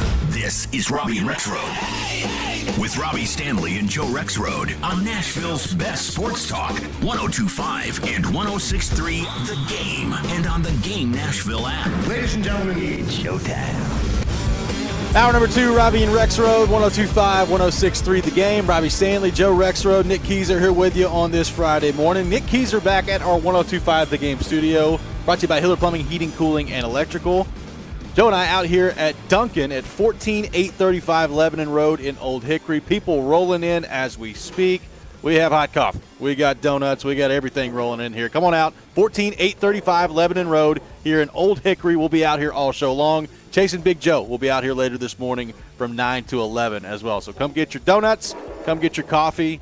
I'm staring at some maple donuts over there, Joe, and I think they're calling my name here in just a few minutes. How have you not crushed 4 of them already? I don't know. What's going on with you, man? I don't know. We'll get in there. Don't worry. This hour, you need to be much better. I agree. 14835 Lebanon Road here in Old Hickory. Come check us out here at Duncan this morning. So the Titans lose last night 20-16 against the Pittsburgh Steelers. Taking your thoughts on that all show long. Joe, we've discussed Will Levis's performance. We'll get back into that a little bit later in the show. We've discussed the performance of the offense. The defense, to me, continues to be extremely disappointing. And, look, we've seen flashes this year where they've looked really good. I mean, that first half of the Saints game, they looked great. Cincinnati game against, albeit a very limited Joe Burrow, they looked really, really good. For the most part, I thought they looked good last week against Atlanta. So it's not like it's just been a total zero from the defense all year long. Last night, they're bad. I mean, they gave up 166 yards on the ground. Pittsburgh, who's not been able to run the ball all year, ran for 166 yards last night against the Titans. Kenny Pickett, who wasn't great last night, made enough plays in the passing game. He threw for 160 yards. He missed a lot of throws. But it feels like, Joe, in some of these games, especially on the road, when the Titans need their defense to make a play, they don't do it. They've been incapable of doing it so far this year. And the rush defense, I think, is probably the most disappointing part of this, because for 2 years in a row, the Titans have been the best rush defense in the league. And now they're getting gashed by, Zach Moss, and they're talking about, it reminds me of Le'Veon Bell after the game. Jalen Warren last night ran for 88 yards on him. It'd be one thing if you're getting carved up by Nick Chubb and, Austin Eckler, whoever you want to, Saquon Barkley, some of your elite backs in the league, but everybody's running on the Titans right now. And that to me is extremely disappointing. This defense, I know you're looking at the game and, that you're like, okay, well, they gave up 20 points in an NFL game. It's not that bad. But when they need big stops and big moments at big times, for the most part, this defense is just not providing those right now for this team. No, I mean, look, the Steelers are bad. The Steelers are bad offensively. They averaged 5.5 per carry last night, okay? The Steelers came into this game among the worst in the league. They came into this game at 3.4 per carry, 29th in the NFL. Okay, so you gave them more than 2 yards more per carry than their average, and also their offensive line banged up as well. And I don't know which was worse, the rush defense, that number is huge, or just the absolute lack of pressure on Pickett. I mean, they go hand in hand. I mean, Vrabel, after the game, a lot of the talk, of course, there was some talk about Levis and any downplay like you'd expect. There was a lot of Kaharski asking about, the series, the play calling, stuff like that. But where Vrabel's passion came out after the game was talking about, the defense, like, basically make a play. I mean, he has said this a lot this year, okay? He has called them out a lot. He has mentioned how much they get paid several times. Here's a quote from Vrabel. I'm reading this in Gentry's column. Quote, throw somebody around, shed a block, make a tackle. There's no secret formula. We can blitz all day. That brings challenges. We can mix pressure, but you got to line up and you got to beat somebody. That's what defensive football comes down to. And, I saw Kaharski had a video with Jeff Simmons in the locker room, and it's just – or maybe it was TD, but, it's look, what about bringing Vrabel's comments to him and just sort of like, I got to see the film, et cetera, et cetera. I mean, look – this is one quote that Gentry had, though. Quote, when the quarterback gets the ball out quick, we can't control that. We got to just try to get our hands up. Yeah, he got out quick sometimes. He had plenty of pass reps last night where he was able to stand in, scan the field, and had a pretty clean pocket. So just some of it is like this team has a totally different level of energy and effectiveness at home. Yep. But that's just inexcusable. These guys are veterans, highly paid veterans who have won plenty of road games, even though, like you said, they haven't won since Green Bay last year. These guys have a bunch of skins on the wall on the road. So there's no excuse for it. I think that you got, Autry kind of up and down with his impact. I again didn't see Landry last night. Arden Key is just here and there. You'll notice him on the field, but it's not much. He's a ghost rushing the passer. Yeah, and then so – and the Simmons, and Tart didn't make the impact he made in the previous game. I mean, and I tell you what, if you want to talk about the run defense, like someone texted me like, wow, what a huge downgrade from David Long Jr. to Jack Gibbons. That's really the replacement is Azeez Al-Shire, who actually I thought was really good against Atlanta. He was not last night, and Gibbons was just a step slow, a step behind on everything last night. Not everything, but just way too much stuff. So their linebacker play was bad too. And then, look, I've been arguing back and forth with John on the text line about Byard. Yes, Byard has taken some bad angles and all that. Byard's made a lot of plays this year still just in the run game. Yep. The Byard to Edmonds transition is a bad one. Oh, yeah. Man, I mean, Edmonds – and maybe, look, I know it's very early for Edmonds, but he just did not give them much last night. The secondary was bad.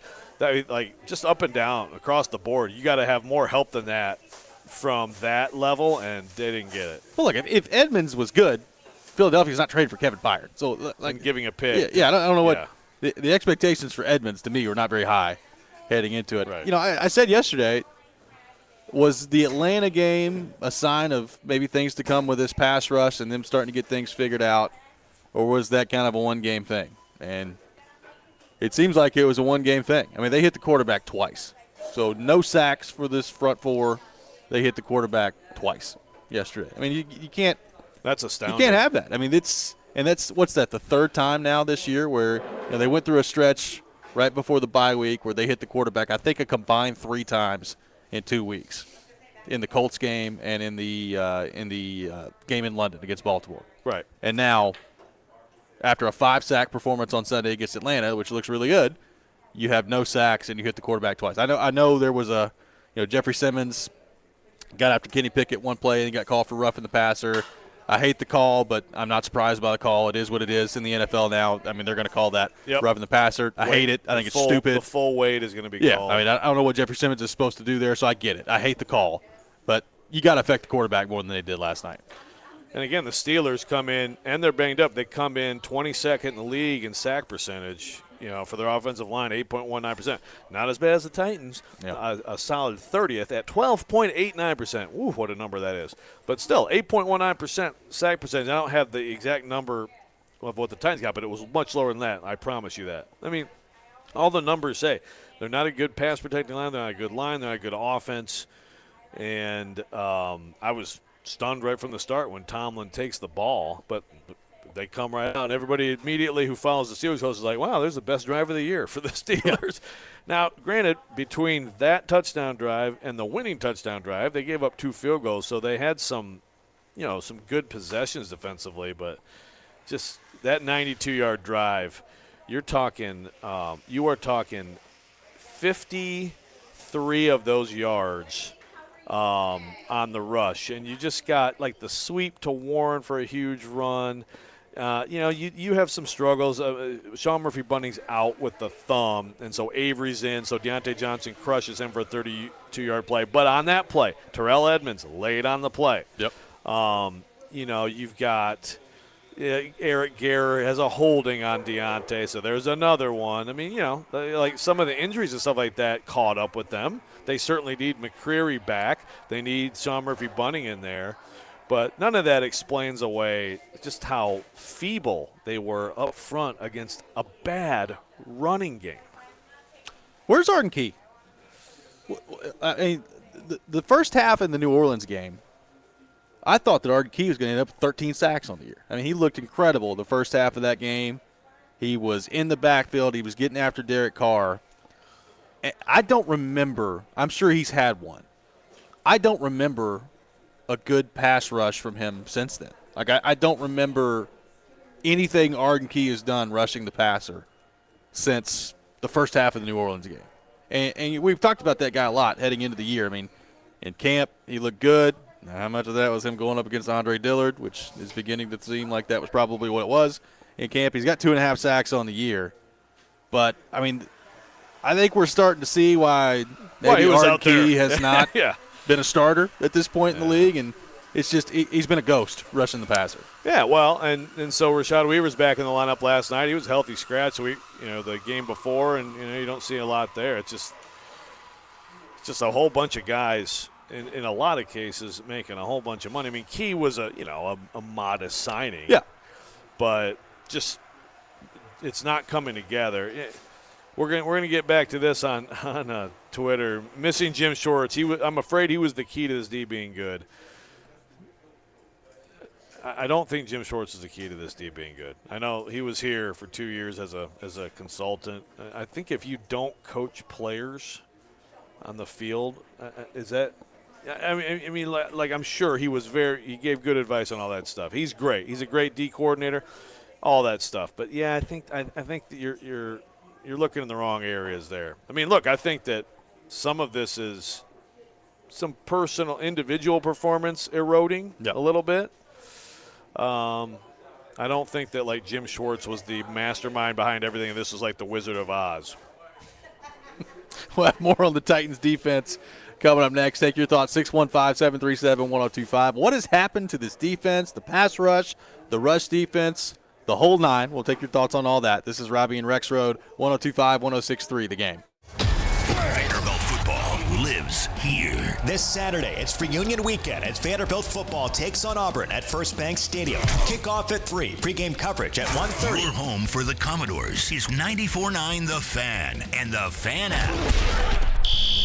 Attention all fire protection, commercial plumbing, and HVAC experts. Jarrett Companies are looking for experienced field technicians like you. Tired of working for your large corporate employer? Work for a company where you're more than just a number. Jarrett's Fire Protection, commercial plumbing, and HVAC divisions are owned and operated by Nashville natives who want you to grow with their amazing team. Hi, I'm Jason Jarrett, owner of Jarrett Companies. I'm looking to hire experienced experts and will offer a sign-on bonus of up to $5,000 for certified professionals. In addition to our great benefits that include a 401k match, PTO, and top pay with annual bonuses, we'll also provide you with top-of-the-line tools, trucks, and equipment that you need to grow your career. Our customer base is large and our business is booming with many opportunities for advancement. Give us a call or go online to JarrettCompaniesInc.com and apply today to become a member of our family and protect our community. That's JARRETT CompaniesInc.com. Jarrett Companies, where we are above and beyond industry standards. Hi, this is Scott Trout of Cordell & Cordell. If you're a dad who is facing divorce, there are extra layers of stress that may include stereotypes and assumptions. No two situations are the same. Our legal experience and dedication prepare us for whatever legal challenges we face together. You need a partner you can count on. For more than 30 years, Cordell & Cordell has represented men in divorce. Schedule an appointment with one of Cordell & Cordell's Nashville area attorneys. 810 Crescent Center Drive, Suite 160, Franklin, Tennessee, 37067. For the ones who get it done, the most important part is the one you need now. And the best partner is the one who can deliver. That's why millions of maintenance and repair pros trust Grainger. Because we have professional-grade supplies for every industry, even hard-to-find products. And we have same-day pickup and next-day delivery on most orders. But most importantly, we have an unwavering commitment to help keep you up and running. Call, click Grainger.com, or just stop by. Grainger, for the ones who get it done. If you're just tuning in, this is Fan 23, Fansville's #1 sports radio station. Brought to you by Tasty Dr. Pepper. We are settling the great debate, best third quarter snack, hot dogs or nachos? You know my mantra, Doug. Yes. Meaty early, cheesy late. Well, it looks like we have a caller here to weigh in. Is this Chuck? Popcorn in the third is the move. What? You go with passive snacking after halftime. No, it's nachos. Look, as long as there's an ice cold Dr. Pepper there to wash it down, I'm good with either. Dr. Pepper, the one fans deserve. Want to weigh in on the conversation? It's a brain booster. Slide into our DMs. Or just text or call at 615-737-1025. Our phone line is driven by WilsonCountyHyundai.com. You're listening to Robby and Rexrode on 102.5 and 106.3 The Game and the Game Nashville app. Welcome back in, Robby and Rexrode, 102.5, 106.3 The Game. Robbie Stanley, Joe Rexrode, Nick Keyser here with you on this Friday morning. Got some tickets to give away to see Need to Breathe with special guest Judah and the Lion come up at Bridgestone Arena on Wednesday, November 15th.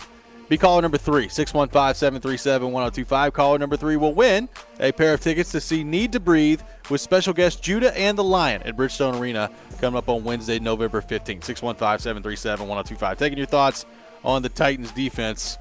Joe, a lot of comments about Trey Avery being out there. Obviously, last night, Sean Murphy-Bunting goes down in the game.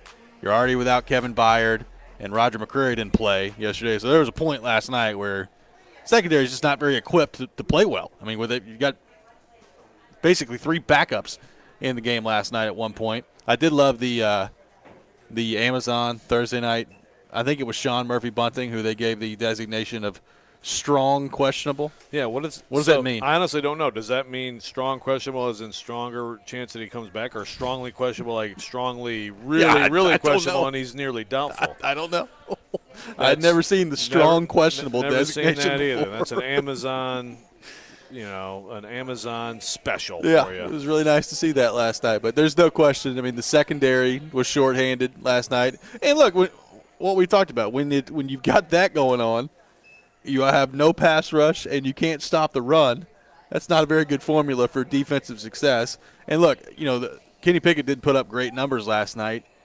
We've talked about it, though. He missed at least 3 and I think 4 guys that could have been pretty significant gains in that game. And, had you hit on some of those, we're talking about the Titans' defense getting torched in the passing game too. So just all in all, not a very good formula for defensive success last night for the Titans. Yeah, and again, you can certainly look at like missing Roger McCreary and say, man, do they miss him? And they do.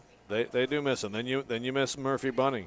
By the way, I thought Fulton was pretty good last night. I thought he was too. Fulton's been playing pretty good football quietly, but it's hard to tell because they have so many other holes all over the defense. And here they are again losing another close game, which again used to be the Vrabel thing, but it's now not the Vrabel thing. And I tell you what, if when you can stop the run and you have a certain level, think about like this defense going to Kansas City last year with what they got from Malik Willis. Like Will Levis in the same situation, they blow out Kansas City. Yeah. You know what I mean? Yeah. So now you actually really, I think, overall offensively, got to be happy. I mean, you'd like Derrick Henry to have more carries, but he had 75 yards. He almost broke one that probably wins him the game. It was one ankle tackle that keeps him from a long touchdown. But overall, like the offense stepped up last night, starting with Levis. But even with all those injuries, those guys, got enough done to give them a chance, and the defense just lets them down again. I mean, it's just like Indy. You go out there and it's just like you're just getting run over by Le'Veon Bell Jr. Yeah, I mean it's tough to figure out, and we've seen these guys, especially the people that we're talking about that have been paid, right? Jeffrey Simmons has been paid a lot of money. Danico Autry has been very effective for the Titans.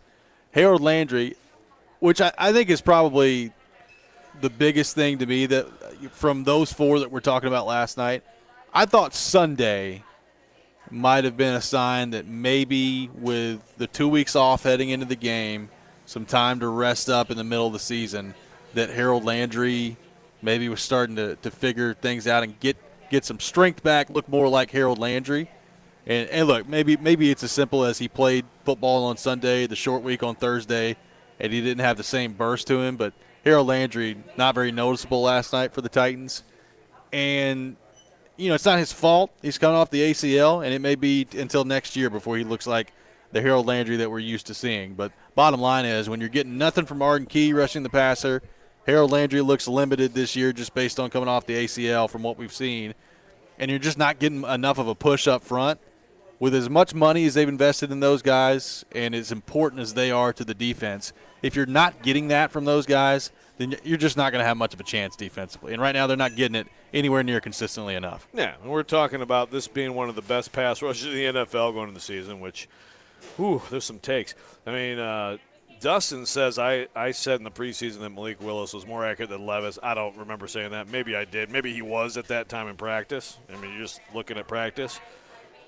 So there's a lot of takes we could probably jump on in the preseason. Sure. But I think the number one pass rush in the NFL take that we had and others had, I think that's right in the range of one of the worst takes of the preseason that you could probably I think so too. And it's one of those things too where we've got somebody texted in talking about just the linebacker play dropping off to Al-Shaair.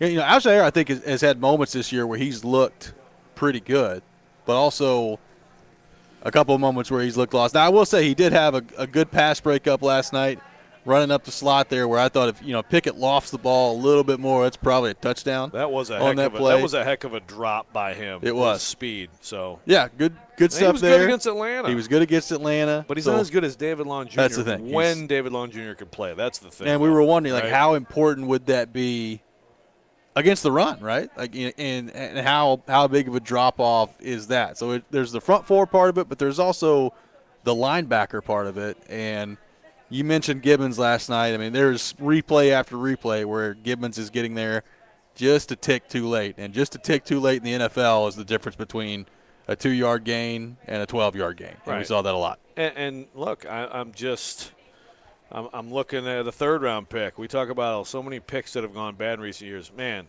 too bad your 3rd-round pick can't be better than Jack Gibbons right now. But it's not even a consideration. So, and again, Gibbons has had some good games this year too. But last night was definitely, to me, they threw at people. They threw at Gare and Avery, right? I mean, that's what you're going to do. And they exposed Gibbons in the run game last night way too many times. So is this just going to be what the Titans' run defense is as they move forward? I mean, again, it's one thing if you're getting carved up by Chubb and Saquon Barkley and all these guys. I mean, they've been carved up by Zach Moss. Last night, Jalen Warren carves them up. Najee Harris had some good runs too, but Jalen Warren carves them up. Like, has the Titans' rush defense gone from maybe their biggest strength as a defense to now a huge liability as they move forward here? Which is, if it has, I don't know how much chance they have. Well, it's completely – I don't have the game by game. It's completely erratic because they've had some good games and they've had some terrible games. In particular, this and the Colts game were atrocious, right? Yeah. I think those are the only two really, really bad games. But overall, it's certainly not a strength. And no, if that's not a strength for this team, tell me this team's strengths. It's rookie quarterback. Yeah. It's rookie quarterback and it's veteran receiver. Just let them play catch and everybody else sit it out. Yeah, it's wild. And Derrick Henry. Derrick Henry. DeAndre Hopkins. Well, that's what I said. DeAndre Hopkins is the eighth receiver with Levis. Right. Yeah, punt it, kick it. Another great punting game last night by Stonehouse. Punted the crap out of the ball again. Oh, he's great. Directionally, it's all looking good with the Titans kickers. They have some things that should help you win close games, like a punter doing that stuff and a kicker doing that stuff, right?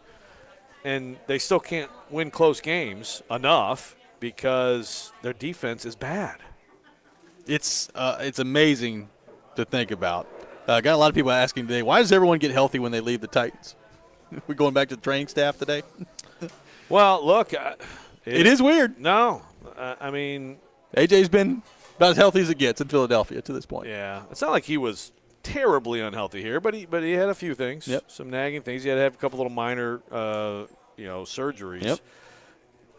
I don't know that everybody leaves here and then they never have any injuries, but it's a fair thing to look at and wonder what is going on here versus there. I know they've tried to figure out here all kinds of different things, and it's soft tissue is what matters, right? Like, you can't control, like what happened with Traylon Burks last night. Right. Does that mean he's injury prone? I mean, he's had two situations. I don't know what it is. Obviously, they were worried about the neck and everything. He ended up being fine there. Is it a head thing? Is slammed to the head to the turf? That's also what happened to him at Philly last year. He's had some bad luck, but he may also be injury prone. Well, first off, just glad he's okay. Yes.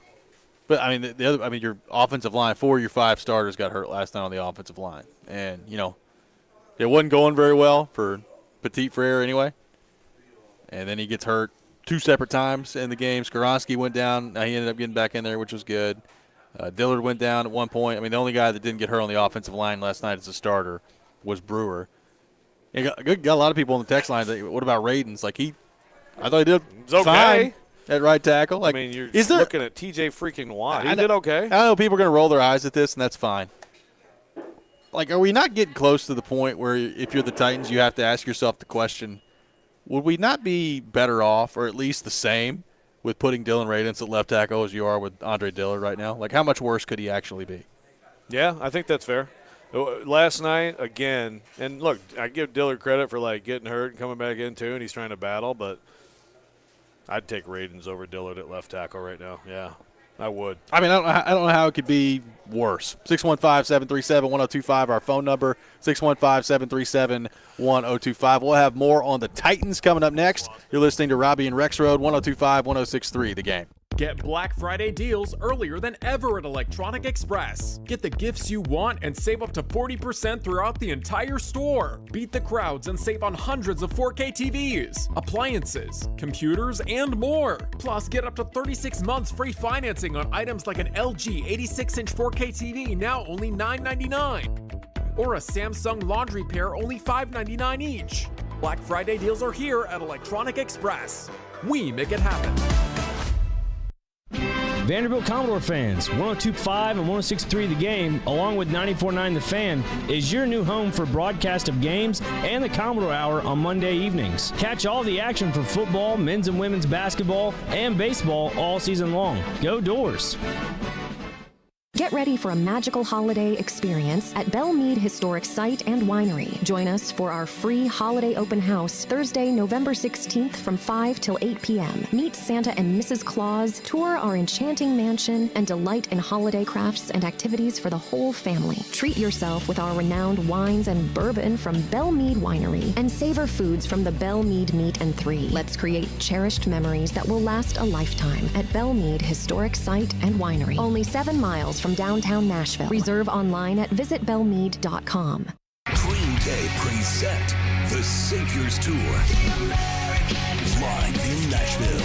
Welcome to Geodis Park, Friday, August 30th. Celebrating 30 years of Dookie and 20 years of American Idiot. Green Day with the Smashing Pumpkins, Rancid, and the Linda Lindas. Pre-sale for City Card members begins Tuesday at 10 a.m. at livenation.com. Green Day, the Saviors Tour, fueled by Monster Energy. See better and drive safer with new bulbs from O'Reilly Auto Parts. Get a better view of the road and save. Receive a $15 O'Reilly gift card after rebate plus 2 times O Rewards points with the purchase of Sylvania Silver Star Ultra or select ZXE Twin Pack bulbs. Replace your old bulbs and see better. Stop by O'Reilly Auto Parts or O'ReillyAuto.com. O'Reilly Auto Parts. Sometimes it's good to be loud. This is the NFL. Especially when you're Jared Stillman. That's where we are. He's not afraid to say what's on his mind each and every day. That was embarrassing. I don't care if you're a rookie. That was embarrassing. Stillman and Company. Weekdays at 2 on 102.5 and 106.3 The Game and the Game Nashville app. Hey Nashville, Trey Wingo here. You're listening to Nashville's best sports talk, ESPN 102.5 The Game.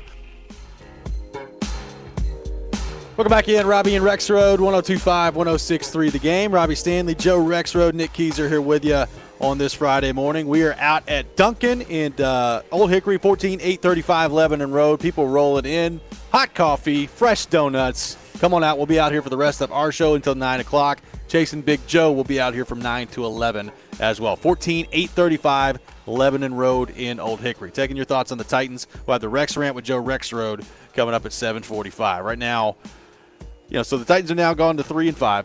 We've talked about the defensive struggles, the performance of Will Levis, all those things, and we'll get back into all that. If you're Vrabel, how are we feeling today, knowing that you are 3-5? We've talked about the schedule in front of them, the quarterback decision that you've got coming up at some point, which to me has been made. Like Will Levis needs to be the quarterback as they move forward here.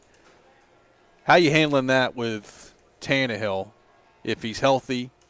And you decide to go with Levis? What do you think that conversation is like between Vrabel and Tannehill at that point? Yeah, I don't think it's a big deal. Look, Tannehill knows he's out of here, and Tannehill has been a pro and has sat there and endured watching them draft a quarterback, watching them draft another quarterback, watching them trade A.J. Brown, et cetera, et cetera. I mean, he's been a pro through all of it, and he's been a pro through all of this. I mean, I thought Marcus Mariota did the same when Tannehill took over the job. But Tannehill's you see the sideline interactions and stuff. I mean, he's in there to help Levis and be a pro about it. So I don't think it's a hard conversation. I really don't. Tannehill has to understand that. I'm sure Tannehill, if you give him a choice, he'll be like, yeah, I'd come in and play. And, I mean, there is a sliver of possibility that Vrabel could look at the schedule ahead, look at everything, have the information that Tannehill will be fully healthy, which I have my doubts about, but let's say he does have that information. Yep. And decide, look, there's just a little bit better chance of winning. Playbook's a little bit more open. Whatever you think, if you're Vrabel, with Tannehill, this game is a must-win. Tannehill, you can't lose your job because of an injury, which I think is a fallacy. Yep. But there's a slim possibility Vrabel could think that way. I don't think he will. I'll go with Will Levis because Will Levis is playing winning football at quarterback. He is.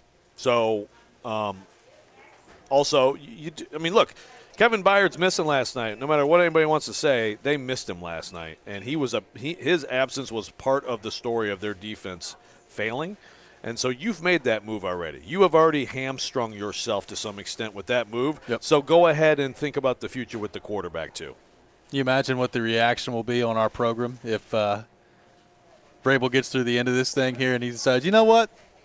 I think Tannehill gives us the best chance to win against Tampa Bay. It'll be an interesting day. Oh, yeah. It'd be quick. Now, the thing is, I do think there's a chance for some serious outrage here in the next few days. Obviously, Vrabel talks today, and then then they'll get into like a normal game week next week. I think Vrabel absolutely may just keep it open. Like, we'll see how Ryan is. Yeah. Which would suggest that Ryan would be the starter. Now, he was asked if he's healthy, and he said, I don't know, the other day, which to me kind of tells you I think that it's just going to be Levis as it should be. But I could see Vrabel keeping the door open, and then all the way until, well, shoot. I guess in theory you could take it all the way to game day at Tampa Bay before it's official. That Now somebody could be asked during that week who's getting the ones reps and might spill the beans, but you could try. Yeah. Look. Vrabel may. I think he might try. We'll see. A lot of people on the text line asking about Skoronski and why they're not giving him a look at left tackle. At this point, I mean, we've talked about this all year. It doesn't look like there's a willingness to do that. So I don't – we're 8 games in at this point. I don't think that that's just going to change now that Dillard has been as bad as he's been. Like, Skoronski, if they were going to take a look at him at left tackle, I kind of feel like they probably would have done it at this point. So it looks like they want him to be at guard. And the other thing is, like, if he does play left tackle, like at some point he's got to get some work there, right? Like he's not practiced left tackle since he was drafted, I guess. I mean, I don't know. Did he get some reps at left tackle in rookie camp or early in camp? I don't know. But like for the most part, he's been working at guard. So like if you're ever going to play him at left tackle and try that out, I mean, he probably needs at least a week of practice to do that, right? Yeah. I tried to answer Chip from Mount Juliet on this, and my texts are not going back the other way now. So I apologize. So I'll just tell you, Chip, yeah, that's the thing. In game, if a rookie hasn't taken a rep at a position, I mean, look, if it's an emergency, it's an emergency, but you're not going to make that move there, you know. And again, if you want to look at the whole picture of pass protection, even look at last night. I mean, they've got Watt coming up the middle. He's on the right side. He's on the left side. Like, play your most talented lineman where he's been playing the entire time. Again, I'm not against the idea of at some point them saying, okay, late in the season we're looking at Levis. How about look at Skoronski at left tackle? Yeah. If they think that's a possible solution down the road. As of yet, everything that has come from them is, frankly, what matches up with 98% of the draft analysis of Skoronski, which is great tackle in college, could be a good tackle in the NFL, should be a great guard in the NFL. And you can whine about draft positioning and premium positions or whatever, but if you have a player and he has a best position and you believe that, then I think you should play that player at his best position. I understand the issues at left tackle. You know, if they're in a playoff race and more people get hurt or whatever, I mean, again, I'm not opposed to giving him a look this year. But long term, he's going to be a guard. They're clearly going to have to draft a left tackle. Yes. Clearly. Yes. I could sit here today on November the 3rd, and I could probably tell you what their draft pick is going to be in the first round next year. It's probably going to be one of the best left tackles in the draft, or at least what they perceive to be the left tackle in the draft. And there's a lot of different things they need on this roster. But until you get that part of it figured out, like, you know, Levis has shown enough. And look, you and I have talked about this. There was the idea that if they were bad enough, could they go draft like a Caleb Williams or a Drake May at quarterback? They're not going to do that. You know, they need help at wide receiver. I can tell you right now, you can just please flush that idea. It's not going to happen. Yeah, it's not going to happen. The way he's played for 2 games. Exactly. Flush it. So it's not going to happen. Certainly they need more help at wide receiver because, look, I'm glad Traylon Burks is okay, and that was a really scary moment last night. Up until that, not much from Traylon Burks again last night. So, and now he's hurt again. So what's that going to look like for his health the rest of the year and his production?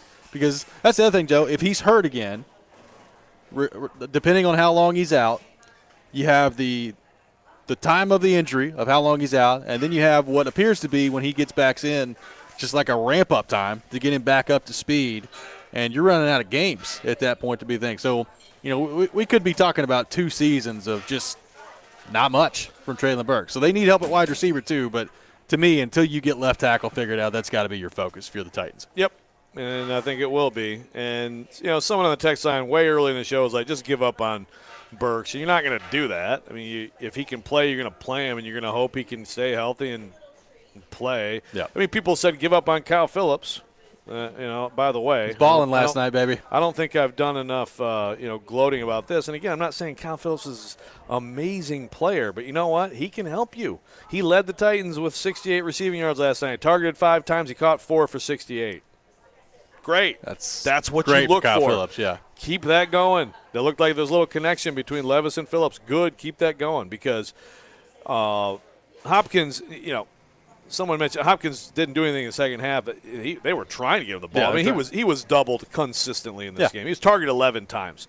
So the only other person that got to half of that was Spears with 6. I mean, they're trying to give him the ball. Levis tried to get him the ball at the beginning of the last drive and should not have thrown the ball he threw, and Hopkins had to play DB. Yep. And he did draw at least 1 defensive penalty, maybe 2 in the second. He drew 3 or 4 all night, didn't he? Yeah. So, but Joey Porter was having Phillips, some that's why you don't difficulty. give up on Kyle Phillips because he can play. So let's see if he can stay healthy because if he can, he will help this offense. I think the same thing about Burks, but whatever the injury was exactly last night, if it's a concussion or whatever it is, you also had the knee that was acting up on him, causing him to limp, causing him to look at his knee on the sideline. So some people are injury prone, and he may be one of those people. I got a texter that says, I know it's 2 games, but how many teams would trade their current quarterback for Levis? What do you think of that one? Wow. Well, Levis, tier 1, baby. Look, it's been a really impressive start. Yes. If you're a Titans fan, I don't know how you couldn't be anything but very encouraged by what you've seen through 2 games. And the stat line last night, the box score doesn't read 4 touchdowns. I thought he was good again last night.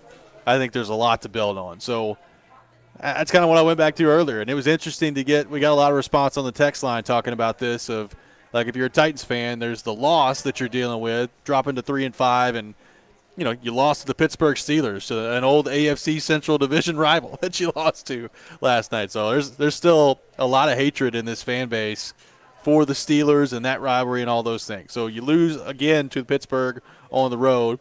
You're processing that this morning. But there is also the Levis part of this. And this is just me.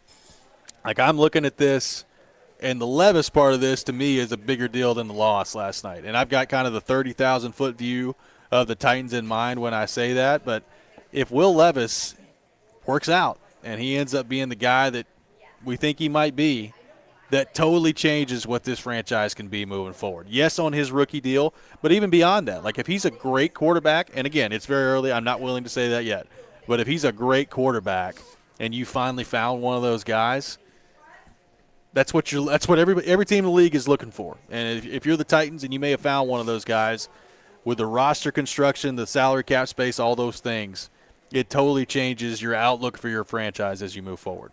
So that's how I'm feeling today. No, absolutely. Now, look, I'm glad. Again, we got a variety of opinions. Here's a text that says, you guys are awfully confident in Levis. Can't wait for a year from now when he's obviously not the guy. Hey, it's possible. I mean, all we're doing is we are reacting to 2 games worth of very, to me, clear information that indicates that he's got a chance to be a very good quarterback in this league. Long way to go. Hey, you may be right, but I mean, I don't think we're overreacting to what we're seeing. And if you think we are, I mean, I guess a lot of people are. I've already seen some NFL reaction around the league to him and these 2 starts, and I think it's appropriate. He's looked very good. This also means, Robbie, you start the clock in a way. And so this offseason, look, Dillard was obviously a bad signing by the Titans. This offseason, you got this cap space, and the cap space absolutely matters because the cap space, you cannot sell to your fans that you don't use your cap space, and you have a lot of holes to fill. And so the choices, the draft choices and the free agent choices have to be good, and you have to support them. And you could be good next year potentially with Will Levis as your quarterback. But the clock's going here like, okay, now hold up your end of the deal. Rand Carthon, Mike Vrabel. Yep. Coming up next, it's time for the Rex Rant with Joe Rexrode. You can check it out every morning at 7:45 here on the program. We'll do that next. This is Robby and Rexrode, 102.5, 106.3 The Game. Whether it's college football, players might end up not going to Alabama or Georgia, or the NFL. I think that this team wins the AFC South. Trevor knows. Join ESPN.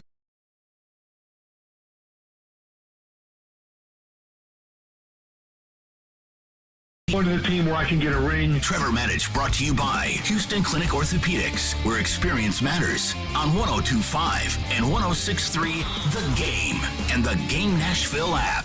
There are ordinary hotels, and there's the Four Seasons. There are ordinary cars, and there's the Rolls-Royce. There are ordinary handbags, and there's Gucci. There are ordinary engagement rings, and there's Genesis. A Genesis diamond ring is unlike any other. Artistic, innovative design, handcrafted precision, exceptional detail and quality. This is why people who work at other jewelers come to Genesis for their rings. A Genesis ring is considered the gold standard in bridal, with no compromises, no cut corners, nothing short of perfection. We have the look, the style every woman dreams about. At Genesis, you'll find dozens of exclusive world-class bridal designers who are revered for their attention to detail, exceptional vision, and superior craftsmanship. A Genesis ring rises to the occasion, reflecting her style, her unique personality, her confidence, her individuality. In a world filled with ordinary, for this moment, choose extraordinary. Choose Genesis. Genesis Diamonds, Green Hills, and Cool Springs. Fast-paced health provides easy access to quality care close to home. The streets you live on are the streets we live on. We're part of the baseball games and Main Street parades. Your community is our community, and it's our mission to provide you with quick, convenient, and affordable health care. We're here for the injuries and illnesses, the preventative treatments, the chronic conditions, and so much more. Fast-paced health. 2 new locations, Antioch and Mount Juliet. If you're like most people, you've had your fair share of financial questions. Questions like, can I afford my son's travel hockey team? What if my daughter doesn't get that soccer scholarship? Will I be able to enjoy golf in retirement? At Empower, we know these questions can be stressful. We're here to help answer your what ifs and empower what's next. Join 18 million Americans and take control of your financial future. Start today at empower.com. Hey Jen, sorry I'm late. I had to stop for gas. Yeah, I can't believe how much it costs for gas now. I never pay full price. I just use the free Upside app, and I get cash back for every gallon of gas I buy. Wait a minute. Are you saying you actually get paid real cash when you buy gas with the Upside app? Yeah, I earn back up to 25 cents a gallon every time I buy gas. What? That sounds like it could really add up. It sure does. I've made over $300 already. Wow, that's serious extra money. I'm downloading the free Upside app now. Download the free Upside app to earn real cash back every time you buy gas. Use promo code FOOTBALL for an extra 25 cents per gallon cash back on your first fill-up. Frequent users earn an average of $340 per year that can be cashed out right to your bank account, PayPal, or as an e-gift card. Download the free Upside app and use promo code FOOTBALL for a 25 cents per gallon bonus in your first tank. That's code FOOTBALL for 25 cents per gallon.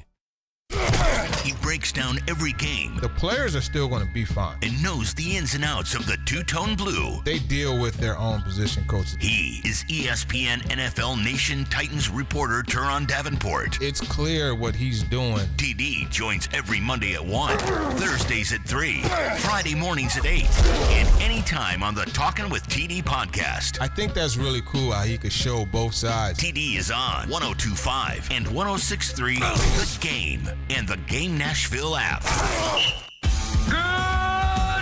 Good morning. Good morning. Morning. You're locked into Robby and Rexrode. I had the radio on. I'm listening to 102.5 and 106.3 The Game and the Game Nashville app. Sometimes he wakes up on the wrong side of the bed. And sometimes he's just, well, Joe. Awkward moment, let's do it. This is the Rex Rant, now on Robby and Rexrode. Toonces, the driving cat. Toonces, the cat who could drive a car. Honey, you won't believe it. Toonces can drive a car. Toonces are a cat? Yeah, come on, I'll show you. Toonces, look out!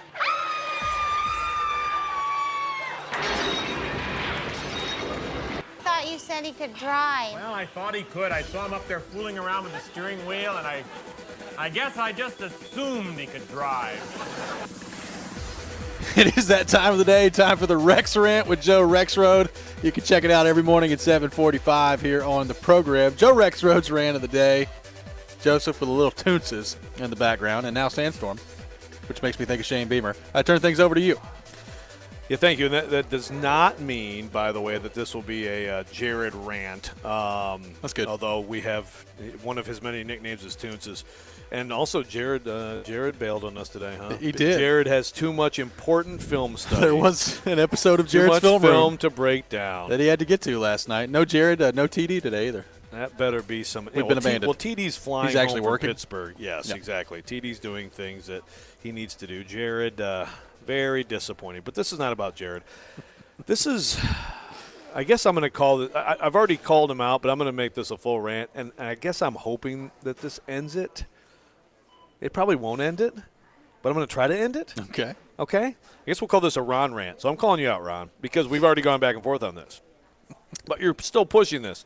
So I'm going to read your text, and then we're going to calmly try to put this to bed, okay? Okay. Ron says, like I said yesterday, let's see what we have in Levis, but at the same time, prepare for next year. Keep who we can keep, blah, blah, blah. Throw the towel in to start building blocks for a better team. So let's do an undercover tank. And I said, look, Ron, you can wish this at home if you like, but, like, it's not reality. It's not going to happen. So, go back and forth. As a fan, I'm good with throwing in the towel for the greater good for next year and all that stuff. So, look, if you are a Titans fan and you want to, you kind of secretly hope, I guess like Levis. I mean, I guess last night's a dream, right? Yeah. Levis plays well. Not perfect, but he plays awfully well. He has another very encouraging game. The Levis plays well, but they do just enough to lose, and you have a high draft pick. Well, that's fine. But, like, if you're actually suggesting that the Titans are going to, in any way, organizationally, I mean, I guess maybe Amy Adams-Strunk could go like Stephen Ross at some point and try to slip Vrabel a few bucks to tank, and start Malik Willis at quarterback and go Dillard at left tackle and Jalen Duncan at right. I'm trying to think of the different things you could do. Sure. You could sit down Derrick Henry and just go give Jonathan Ward 40 carries. I mean, you could try some different things. Again, just think about this from a human aspect. First of all, think about this from Mike Vrabel, okay? We've spent a lot of this week talking about Mike Vrabel, who's final say and all this stuff and how it works out. Mike Vrabel's lost a lot of games lately and hasn't won a lot of games lately, and his team's losing close games lately. And, if you could see an owner, let's see. I could see Amy Adams-Strunk, who was fired a GM in the middle of the season, saying, boy, I really like that rookie quarterback. By the way, apparently, ownership-driven, the pick of Will Levis. I could see Amy Adams-Strunk saying, I really like that quarterback. Is Mike Vrabel the coach to develop and lead us into the new era? You think if you're like Mike Vrabel, that doesn't cross his mind? He just saw John Robinson get zapped in the middle of the season last season. So now you want Vrabel to say, hey, you know what? Let's screw around and just go about 4-13 and then high draft pick. Yeah. High draft pick with me fired. No.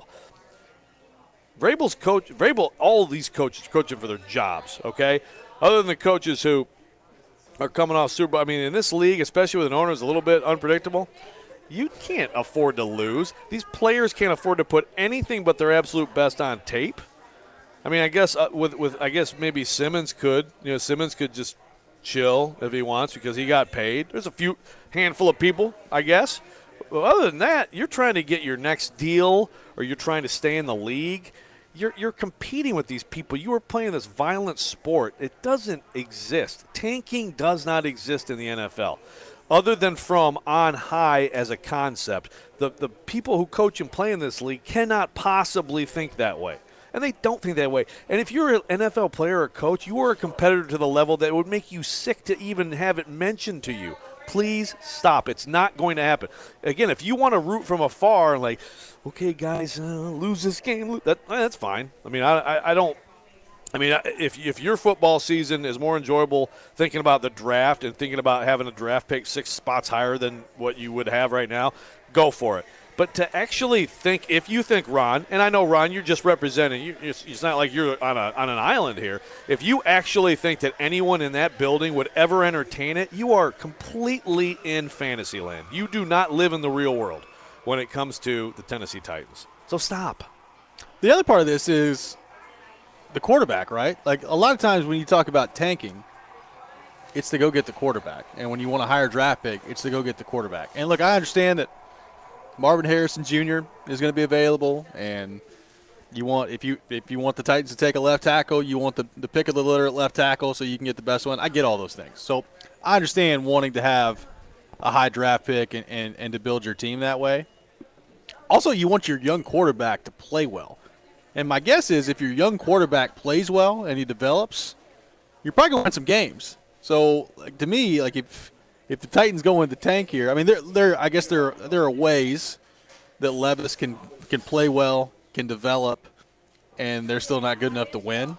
But based on the rest of the roster that I still think they have, like if Levis plays well for the rest of the season, they're going to win some games. And they're probably not making the playoffs. You would think but so. But they're going to win some games. Yeah. So isn't that more important, like the development of the quarterback to continue to get some snaps, play well, get better as the season goes on, and be in a position next year to where he could be a really good starting quarterback in the NFL? Like, to me, that's more important than any spot or draft pick you could get. It in this league, as we know, it comes down to quarterback. So if you feel like you got a chance that you figured out the quarterback, everything else is secondary to me at that point. You gotta what is the best path for your quarterback to develop? And if he plays well, and that's encouraging this year, you're probably going to win some games because of it, would be my guess. Right. Look, we did this earlier, went through kind of like the Titans playoff picture. I think this next game it's pretty. To me, the next game, you win at Tampa Bay, you end the road woes, you get yourself back to 4-5 going to Jacksonville, then you're still in there for a wild card spot. But even if you don't, and let's say you lose this one, you go lose at Jacksonville, you get to 3-7 when everybody can bring up the Jags from last year, right? When you're 3-7. Yep. You still have the Panthers at home, and you have the Colts at home, and then you have the Texans at home, and you have a good Seahawks team at home, but you play well at home, and you go to the Texans. This team's going to win. This team's going to win 6-7 games. I promise you. Like, the over-under on wins for this team right now, I'd set it at 7.5. I think this team still has a very good chance of winning 9 games. And if they beat the Bucs, I predict they will be 9-7 playing the Jags in the finale. The Jags will have won the division. That's also my prediction. But they'll probably be mathematically alive for a playoff spot. Even if that doesn't play out that way, they're going to win some of those games because they're going to put everything into a game week into winning those games because that's what they do. They're professional athletes who take a beating, and it is pure misery when you lose, and it is joyful when you win because you're actually doing the job. Please understand that. We're talking ourselves into 9-7, final game of the year, Nissan Stadium. Jags have wrapped up the division. They're resting Trevor Lawrence. Titans win the game 10-7, get into a wild card spot. Is that what we're doing? I mean, I think that it's possible. The problem for the Titans, as we talked about too earlier, is that you're 3 games behind the Steelers right now for basically the last spot, right?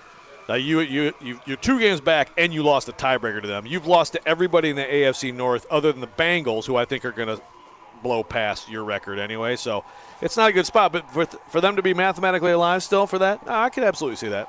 We'll get back into Will Levis's performance last night against the Steelers coming up next. What did you think of Levis and the way that he played? We'll take your thoughts on our text line, driven by WilsonCountyHyundai.com. 615-737-1025 is our phone number. Pigskin Pick 'em coming up at 8:30. All that ahead. This is Robby and Rexrode, 102.5, 106.3 The Game. All the big plays. Rebound, try out in front, and Saros covers it up. All the big stories. Andrew Burnett reportedly hired as the next head coach of the Predators. All in one place.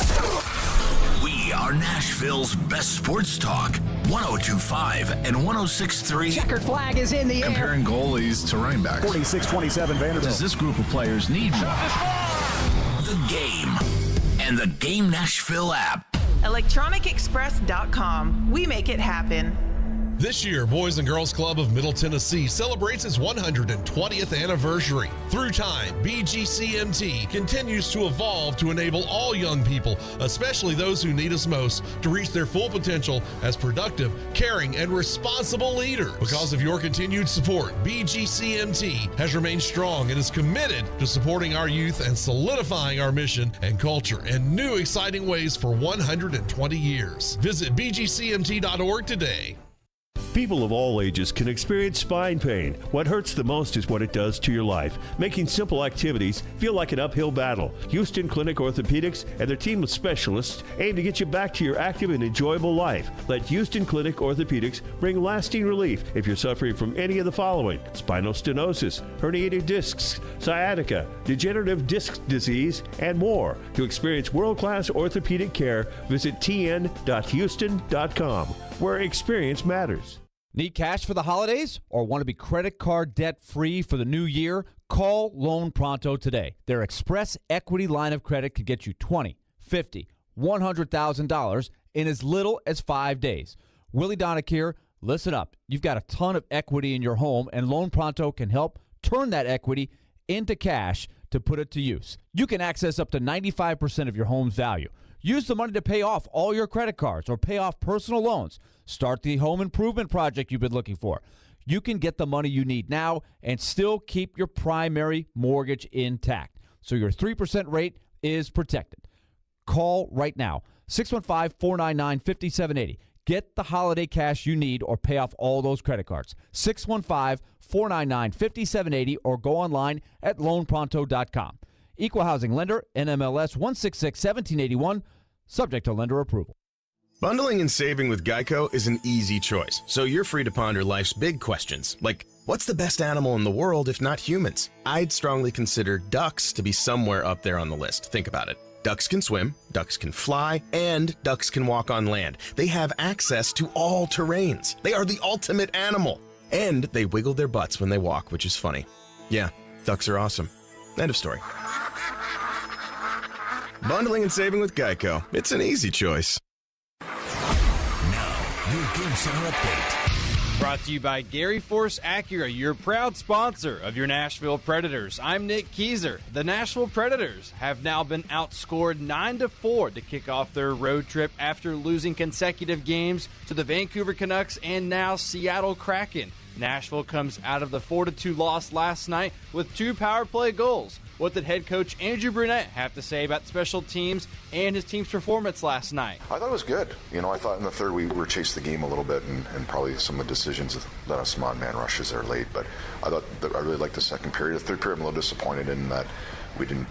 We kind of got away from our game a little bit. And credit to them. I thought they worked a little harder than us in the third period. And the Pittsburgh Steelers became the 34th team in NFL history to be outgained by their opponent in each of their last 8 games of a season. They're now the first team to have a winning record in those 8 games. The Steelers won 20-16 over the Titans last night. And Titans wide receiver Treylon Burks had to be stretchered and carted off the field after a 4th and 4 throw to him down the field with 2 minutes left to play last night. You're listening to 102.5 and 106.3 The Game. Live from the Hiller Plumbing, Heating, Cooling, and Electrical Studios. WPRT FM Pegram, WPUC HD2 Laverne. Nashville's exclusive home for the Nashville Predators. 102.5 and 106.3. 79-52 Vanderbilt. And I think he's got a coach shot by Cheryl. You're going to see more moves. The Game. A Cromwell Media Station. Mixing sports and a little bit of fun. This is fun! On your morning drive. This is Robby and Rexrode. With Robby Stanley and Joe Rexrode on Nashville's best sports talk. 102.5 and 106.3 The Game. And on the Game Nashville app. Ladies and gentlemen, it's showtime. Final hour, Robby and Rexrode, 102.5, 106.3 The Game. Robby Stanley, Joe Rexrode, Nick Keyser here with you on this Friday morning. Nick Keyser live at our 102.5 The Game studio, brought to you by Hiller Plumbing, Heating, Cooling, and Electrical. Joe and I out here at Duncan in Old Hickory, 14835 Lebanon Road. We're going to be out here for the next hour. Chase and Big Joe will be out here as well from 9 to 11. Come on out. Hot coffee, fresh donuts. I'm eating a donut as we speak and trying to do a radio show at the same time, so we'll see how that goes. 14-835 Lebanon Road here in Old Hickory. We've had people rolling in all morning, so appreciate everybody coming out here so far this morning. It's rocking out here. It is rocking out here. Taking your thoughts on the Titans as well. They lose 20-16 last night to the Pittsburgh Steelers. Will Levis, start number 2 in his career, Joe. Obviously, he didn't throw a touchdown pass in this game, so the box score is not going to look the same as what we saw the other day. No deep completions for touchdowns to DeAndre Hopkins, and the Titans lose. I thought for the most part he was pretty impressive last night. He ends up 22 of 39, 262 yards, no touchdowns, does have the 1 interception, quarterback rating of 66.4. But I thought in the first half especially, he made some throws that were high-level NFL throws.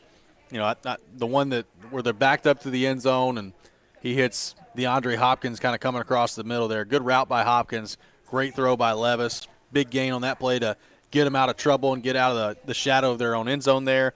A great throw in the face of pressure to Nick Westbrook-Akine where he just kind of lofts one up there in the middle of the soft spot of the zone. I just think there were about 4 or 5 examples last night of really, really good throws from Will Levis that not a lot of people can make in this league. And it's 2 games. The box score doesn't look the same as it did Sunday, but you said it earlier, and I tend to agree. You can make a case that last night was every bit as impressive, maybe even a little bit more impressive from Will Levis. Given the circumstances, given the pass rush he was facing, and going on the road in that environment against Pittsburgh, I thought he showed himself pretty well again last night. Yeah, I think it was – I could make a case that in some ways last night was more impressive. I mean, there was more that we saw from him that was positive that we didn't get a chance to see in the first one. Also, again, the offensive line struggles, the road, the environment, the operation, again, was fine. Not one delay a game in two games with Will Levis at quarterback. Pretty impressive. And he's in command of that. He's in command. He didn't always make the right check and protections, but he knows what he's looking at. I mean, at one point it's like, hey, there's T.J. Watt. He's at the mic now. He's in the middle of the field. Yep. Someone block him. I thought, the pass to Hopkins from his own end zone was a big-time play. The pass to Burks from his own end zone in the second half when they were still holding a lead was a big-time play. The pass to Spears, during which Spears all of a sudden became an outfielder at the wall rather than just, kind of turn and run the other way. He put it in a spot where it should have been a touchdown. Yep. And that would have been a stunning, just right down the field in the 2-minute drill for the rookie drive. He was fantastic on that drive, hitting Kyle Phillips for a couple big plays on that drive. There were some rookie moments. You can't do the attempt to lateral and when you're going down to Henry. That's not going to – that's a Deshaun Watson from a few weeks ago kind of play, but luckily for Levis, he was down. Yep. He he stared down Hopkins a couple times, I think, too much, and didn't come off him. They're standing in the pocket overall, super impressive, tough, took the hits, hung in there, let plays develop. There were maybe 1 or 2 where you just got to get rid of it and not take the sack. Easy for me to say, but if we're nitpicking, he almost threw a pick to Hopkins on the last drive. Hopkins had to play defense. He stared him down. It just wasn't there.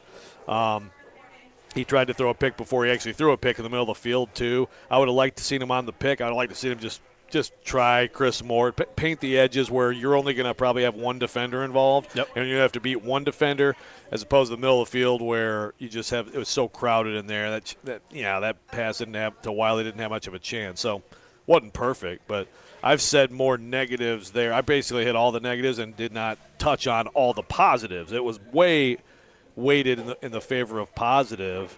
And, look, it's not overreaction to say that it's encouraging right now. No one is getting his gold jacket ready. But in 2 games, I don't know how you could have asked to see much more from Will Levis. Yeah, he's looked really good.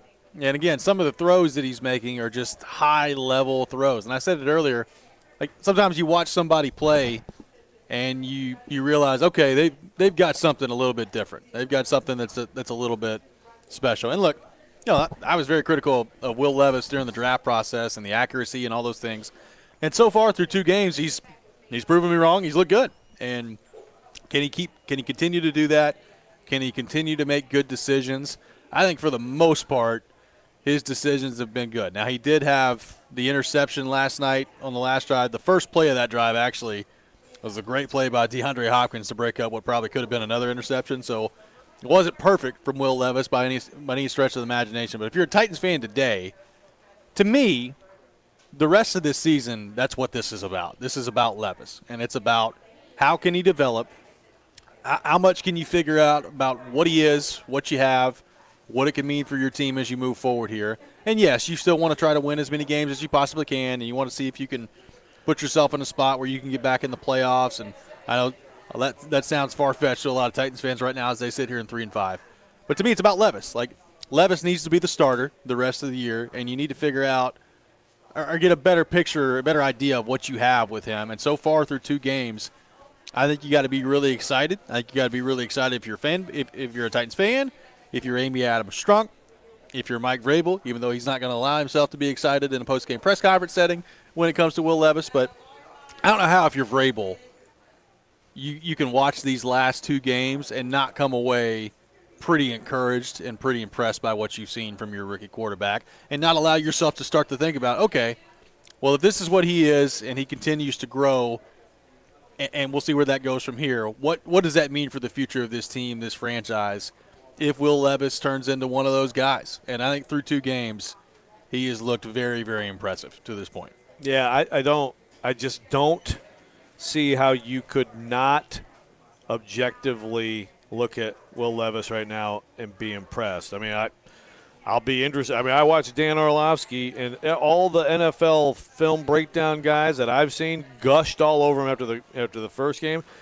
We'll see. We'll see what people come away with from this game. But overall, I think it'll be a lot of the same because, like, it's just way more good than bad. So, and I do feel like, Robbie, this week we've done a lot of – it's almost like we're doing damage control for Vrabel, but someone asked about Vrabel saying not good enough on Levis. That's what Vrabel answers every time they lose after a loss. Yep. You ask him about any player after a loss, he'll say, well, it wasn't good enough. Nobody of the Titans was good enough. It's absolutely guaranteed. You can just rubber stamp that quote into a losing press conference when he's asked about a player. So that's not a deal. Let me ask you this, Robbie. Okay. So – going in the draft, let's see, what was my order? My order was you had Bryce Young, I think Hooker. Yeah. Stroud Levis? I believe so. Yeah, Young, Hooker, Stroud, Levis. Yeah. What was yours?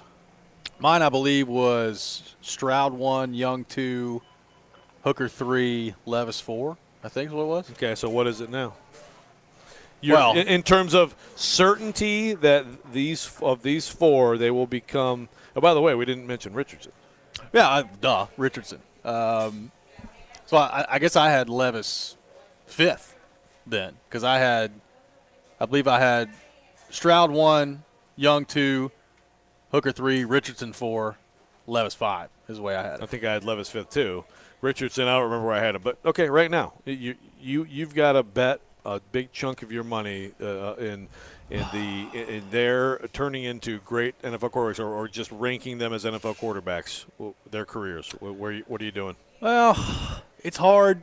I mean, Richardson, we've barely seen him play. Hooker, we haven't seen him play. Levis has played 2 games. I think I'm most confident right now in Stroud. I would go Stroud 1. I think I might go Levis 2. It's just so hard to answer the Hooker question because he's not been on the field. So right. I have no read on Hooker one way or the other. I don't feel any differently about Hooker than I did in the draft. I think if he's healthy, he can be a good NFL player. So Hooker's the hard one to place. I'm actually, if anything, after watching Anthony Richardson play, I was pretty encouraged by, like, on the field what I saw, and he looked more ready than I thought he would. My question with him is, like, can he take care of himself, or can they, as an organization, put him in a position where he's not hurt left and right because he's running around? So I guess I'm dodging your question, but I would go Stroud 1, Levis 2, Young 3, Richardson 4, and I guess Hooker 5 because I have no body of information on Hooker. Yeah, I'm going Hooker 5 too, just because, like, now we've seen them all play. I think there's actually encouragement with all of them at this point. And Hooker, I mean, I still believe he absolutely can be a good NFL quarterback, but, like, he's got to be, if you're betting money, like you've seen positives from him, and you haven't seen anything from him yet. I'm going Young still one. I'm sticking with Young one. People don't get fooled by that awful team. He just beat Stroud and outperformed him, by the way. I'm going to go Levis 2 also. I'm bringing Levis up to 2. Somebody send us some jerseys. Oh, my goodness. Some I know. Will Levis jerseys. WHMR on display. And then I'm going to go Richardson, Stroud. And nothing against Stroud. I mean, I like Stroud. I just think his ceiling isn't as high as Richardson or Levis or Young. I just don't. He's looked pretty darn good. No, he has. And I think he's going to be a good quarterback. But if you're saying who's going to have the better careers, I got to put him fourth. Sorry. 615-737-1025, our phone number. There's a take on the text line that I am really excited to get Rexrode's thoughts on coming up next. We'll do that. From who? We'll see. I'll let you know. Oh, boy. This is Robby and Rexrode, 102.5-106.3 The Game. Vanderbilt football lives here. This Saturday, it's reunion weekend as Vanderbilt football takes on Auburn at First Bank Stadium. Kickoff at 3, pregame coverage at 1:30. Your home for the Commodores is 94.9 The Fan and the Fan app. The holidays are a time of celebration and Thanksgiving. It's a time to host friends and family in your home to enjoy good food and good times. The last thing you need is an unexpected issue. If you're planning a gathering this season, take a few minutes to bring out the home experts from Lee Company. For heating, plumbing, electrical, and all your home improvement needs, Lee Company has you covered. Visit LeeCompany.com today and schedule your first appointment online. Lee Company, all you need. We pride ourselves on being transparent, opening up the books, and sharing all the secrets of the diamond industry. We have a passion for this, and part of having a passion is sharing that passion. Genesis Diamonds Vice President David Cooper says, at Genesis, you don't just get an entry-level course in diamonds, you get a PhD. We love educating our customers, even over-educating our customers about diamonds and gemstones, so they can truly see the difference in what we offer. At Genesis, diamonds are not a side business. It's their only business. We eat, breathe, and sleep diamonds. So whether you end up buying at Genesis or not, come for the education. The better educated we can make you at Genesis Diamonds, the better a shopper you're going to be, whether you shop with us or anyone else. You will be able to tell the difference and know what you are buying, so you make the best decision for you. Genesis Diamonds, proud to offer one of the largest selections of GIA certified diamonds in the nation, with no middleman markups, no retail pricing games, no commission salespeople, and no nonsense. Genesis Diamonds, Green Hills and Cool Springs. Are you kidding me? Gas prices are up again? Somebody has to do something. Well, someone did. That's why I use Upside. Upside? What's that? It's a free app that pays you real cash back for every gallon of gas or diesel you buy. I just earned 25 cents back on every gallon of this tank. Hold on. So the Upside app is free and you actually get cash back every time you use it? No strings attached? Yep, it's awesome. And it only takes a couple of minutes to sign up. Instead of just watching your dollars go into your tank, start putting money back into your wallet with the free app from Upside. With the price of gas today, it's big news and big money. Frequent users earn an average of $340 per year that can be cashed out right to your bank account, PayPal, or as an e-gift card. Upside users have already earned over $500 million in cash back. Download the free Upside app to join them. Use promo code FOOTBALL for an extra 25 cents per gallon on your first fill-up. That's code FOOTBALL. Use code FOOTBALL for an extra 25 cents per gallon back in your first fill-up. ABC Wednesday, November 8th. It's country music's biggest night. The CMA Awards, live. With performances by Luke Bryan, Lainey Wilson, Jelly Roll, and Kay Michelle. Old Dominion with Megan Maroney. Carly Pierce featuring Chris Stapleton. Tanya Tucker with Little Big Town. And more. The best in country music! Luke Bryan and Peyton Manning host. The CMA Awards live. Wednesday, November 8th, 8/7 Central on ABC. And stream next day on Hulu. Anyone want to tell me what happened? Did you miss any of today's show? It's okay. It's fine. Don't worry. Subscribe to the Robby and Rexrode podcast on Apple, Spotify, and other podcast platforms, or by going to thegamenashville.com. All right, I'll give it a shot. You're locked into Robby and Rexrode. Every morning, first thing. On 102.5 and 106.3 The Game and the Game Nashville app. Welcome back in, Robby and Rexrode, 102.5, 106.3 The Game. Taking your thoughts on the Titans, 615-737-1025. They fall at 3-5 last night. after a 20-16 loss to the Pittsburgh Steelers on the road. Discussing Will Levis's performance now. Taking your thoughts on that. On our phone and text lines driven by WilsonCountyHyundai.com. Lenny on the text line, Joe. Okay. Says Levis might be the best rookie quarterback drafted since Mahomes. He just needs a better supporting cast, good future draft picks, trades, and free agency, and the Titans are back in the AFC title game. What do you think of that? Levis might be the best quarterback drafted since Mahomes. Well, which would include the likes of Joe Burrow and Trevor Lawrence. It might be a little bit of a stretch there. Little bit of a stretch. Let's not. Probably not. Yeah, well, if you've seen Pulp Maybe he Fiction, is. let's not all. Well, yeah. All right. I thought it's funny. I'm surprised because I thought that the Wolf. I thought you were going to bring me Adam in Portland's take. I'll throw that one at you. Okay. We're throwing takes at each other on the text line with Robby and Rexrode, which has to be the text line because our guests abandoned us today. They did. Adam says, my thing is this. Trevor Lawrence looked like a bust till Jacksonville fixed the issue in front of him, which was Urban Meyer. Yep.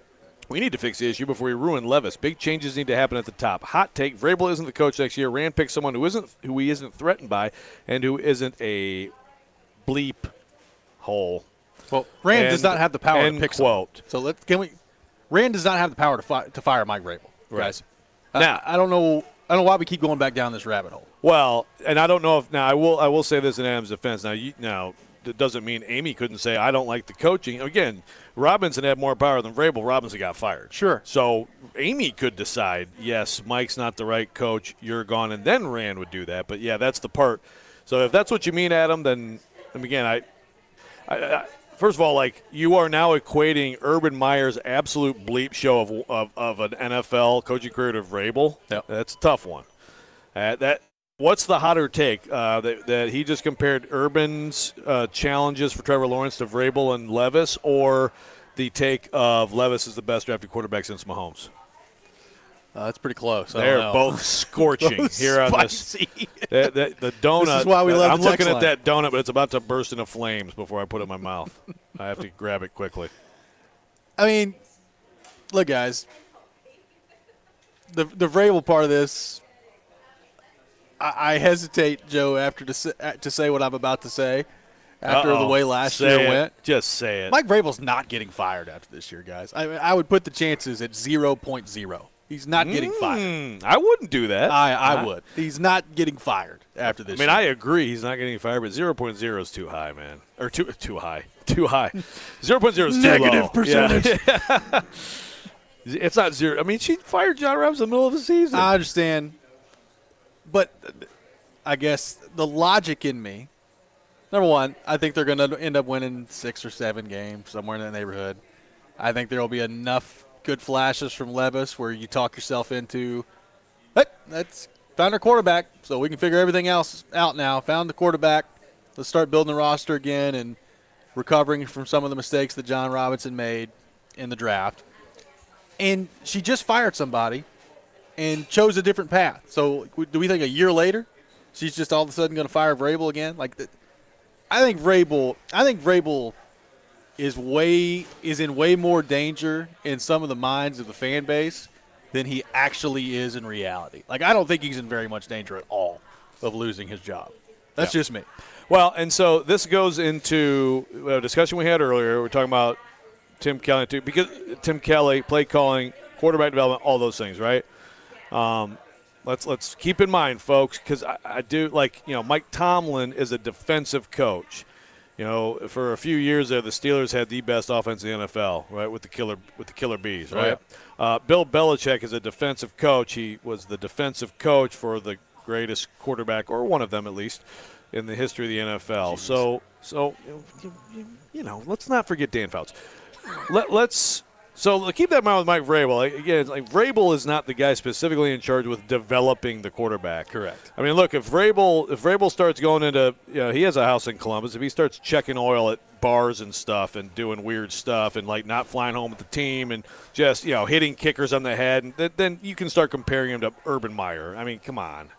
Here's the thing: a lot of it's those guys. It's Tim Kelly, it's Charles London. Do you believe they can develop Will Levis? Do you believe there's some good work on display from them right now? I would say you'd have to say that to some extent, right? Which is separate from, like, Dave's question. We talked about it earlier. We can talk about it again. I think we both didn't like – I don't like getting the ball at your 48, having a chance to come down the field and score to win the game, and not letting your quarterback throw the ball until it's fourth down. No, it's three runs. You can't – I get what Vrabel was saying about the third down run. You try to pop one there, you know you're going on fourth down, but you ran it 3 times. It's terrible. I think that's – a mistake, and you ran it 3 times, and one of them was Derrick Henry, by the way. Right. I don't have as big a problem with the third down at the end of the first half. I know Kaharski is all over. He's probably still talking to people on the plane right now about that, and screaming about it. I get that. He's a rookie. He's still a rookie quarterback, right? He still had looked like a rookie at times last night. You get points for sure. You think your defense is going to help you in this game and not just let them rip down the field running the ball for a 92-yard drive to beat your butt all over the field, right? I mean, that's how you're thinking at that point. Yeah, I mean, look, at the end of this season, and this is part of why I feel so strongly about Vrabel not really being in any danger at all, the way that I do. It's all about what you can sell to your fan base. It's what you can sell to your team. It's also what you can sell to your owner, right? So last year, let's think about the trajectory. You're trying to win a division for the 3rd consecutive year in a row. You look around and you say, oh, A.J. Brown just totally kicked their butt, and the guy responsible for making that trade, I don't care what they say, it's not a coincidence to me that he was fired 2 days after that happened on a Tuesday when they were 7-5. It was because of A.J. Brown. That's why he got fired. So I'm not saying that's the wrong move. I'm just saying it happened, and now you've gone in a different direction. You've taken another quarterback, apparently a quarterback that was ownership-inspired or ownership-driven, whatever word you want to use. If you get to the end of this season, even if they end up winning 2 more games, you get to the end of this season, and he has shown, if he continues to show signs that he's showing right now, it's not a very hard sell. It's, looks like we found the quarterback of the future. Well, we got $100-some-odd million of cap space, and now we got some draft capital along with it to help rebuild the roster. I don't think it's a very tough sell moving forward here, especially if the quarterback continues to look good. So that's why I don't think Vrabel is really in any danger as they move ahead here. 0.03%. It's not 0.0. It's 0.03%. Okay. I'll buy that. But let me ask you this. If you're Amy Adams Strunk and you said, Mike, we're drafting Will Levis. Yeah. Are you sitting here and saying, Mike, I don't think you believed in my quarterback. You're fired. I'm just throwing it out there. Again, anything's on the table. I can't say absolutely no. You're right. You're correct. My 0.0 was a mistake. I can't say absolutely no based on what we saw last year. But conventional wisdom tells me that surely she wouldn't do that. Surely. Yeah, I think unless Mike Vrabel doesn't want to be here anymore, okay? And there is that. That's different than being fired. Yeah, I think Mike Vrabel will be here next year and be the coach. And look, they've the clock absolutely is. I mean, it's different clocks for Vrabel and Carthon anyway, right? But now when you have the quarterback, and I know it's 2 games, but right now it appears you have the quarterback that you can build around, and you can build a roster around while he's on a cheap deal. Well, that's where, I mean, it's already intense and it's already high pressure to make good choices of personnel. But this offseason, because the last offseason right now doesn't look great. I mean, Dillard was a mistake. No question. An absolute mistake. Key. Not looking good. Elshire is okay. Brunskill's okay. But not a very good offseason. Very low spending offseason, too. This has got to be a high spending offseason. That's got to be on Amy, by the way. Yep. I mean, Amy's got to be green light to absolutely use all of that cap space. But then it's a huge deal for them. But as far as developing Levis, I think it's completely wildly unfair to look at the Urban situation and compare it to Vrabel. And I think that those guys can develop Levis and continue working with him and continue to cultivate his talent. Coming up next, it's time for Pigskin Pick 'em here on Robby and Rexrode. You'll want to pay attention because last week we all did very well in the competition. We'll get into that coming up next. This is Robby and Rexrode, 102.5, 106.3 The Game. When you want all the going in and the score. Blast the score. He wrist one, they score. And don't forget Oh, what a stop. Sliding across to make the save. Backhander, nice stop. when all you want is Smashville. We have you covered. Hear every Predators game right here. We are your home for Smashville. 102.5 and 106.3 The Game and the Game Nashville app. Brian Regan. I heard some states carry out capital punishment at 7 o'clock in the morning. Talk about cruel. Is that guy supposed to get some sleep the night before? Yeah, I think I'm going to hit the rack, get some shut-eye.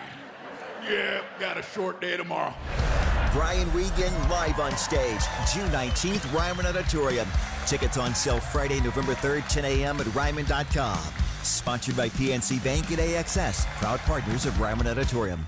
Hey home buyers, TJ Anderson here with More Great Homes. Located just steps from the White Bridge Shopping and Dining District of Nashville's Hillwood neighborhood, 80 Brookwood Terrace offers 2 homes with over 4,300 square feet, 5 bedrooms, 4.5 baths, formal office, media room, a 2-car garage, and a 1-year builder warranty. Contact my team today at tjandersonhomes.com for more info. Want your home listing to be seen and heard by home buyers? Google TJ Anderson Homes and see why we are referred by clients so often. TJ Anderson Homes at Benchmark Realty, office number 615-432-2919. Experience the thrill of gaming glory at Harrah's Casino and Hotel, just a little over 2 hours northwest of Nashville off I-24. Call 1-800-HARRAHS and reserve your room today to indulge in top-tier casino gaming, appetizing dining experiences, and their cutting-edge sports book. As a Caesar Rewards destination, every moment you spend at Harrah's Metropolis earns you points across the entire Caesars empire. It's your time to win with Harrah's Metropolis. Must be 21 or older to gamble. No one to stop before you start. Gambling problem? Call 1-888-BETS-OFF. For over a century, local broadcasting has evolved with the needs of the community. We move past the stigmas of opinion journalism and bring the most relevant news online, on air, and on the go. You have trusted us with your news, sports, weather, and entertainment. Trust us to keep moving with you. Text radio to 52886 and tell Congress local broadcasting is here to stay. Today, football is a game of sound. What if you couldn't hear your coach's play calls? What if you couldn't hear the referee's whistle? For deaf and hard of hearing athletes like me, these what ifs are a reality. But with the AT&T 5G helmet, now we can see play calls just like the other teams hear them. Connect the player, change the game. Learn more at att.com/5G helmet. Connecting changes everything. AT&T. AT&T is a proud supporter of the Gallaudet Bison AT&T 5G helmet, not for sale. What's for dinner? Burgers? After last week, no thanks. Avoiding foods due to fear of diarrhea, gas, bloating, stomach pain, or loose, oily stools? It may not be just stomach issues. It could be EPI, or exocrine pancreatic insufficiency. EPI can cause uncomfortable symptoms because it's a condition where the pancreas doesn't release enough digestive enzymes to break down food. But EPI can be managed. Use the symptom checker on identifyepi.com and talk to your doctor about your symptoms. That's identifyepi.com. Sponsored by AbbVie.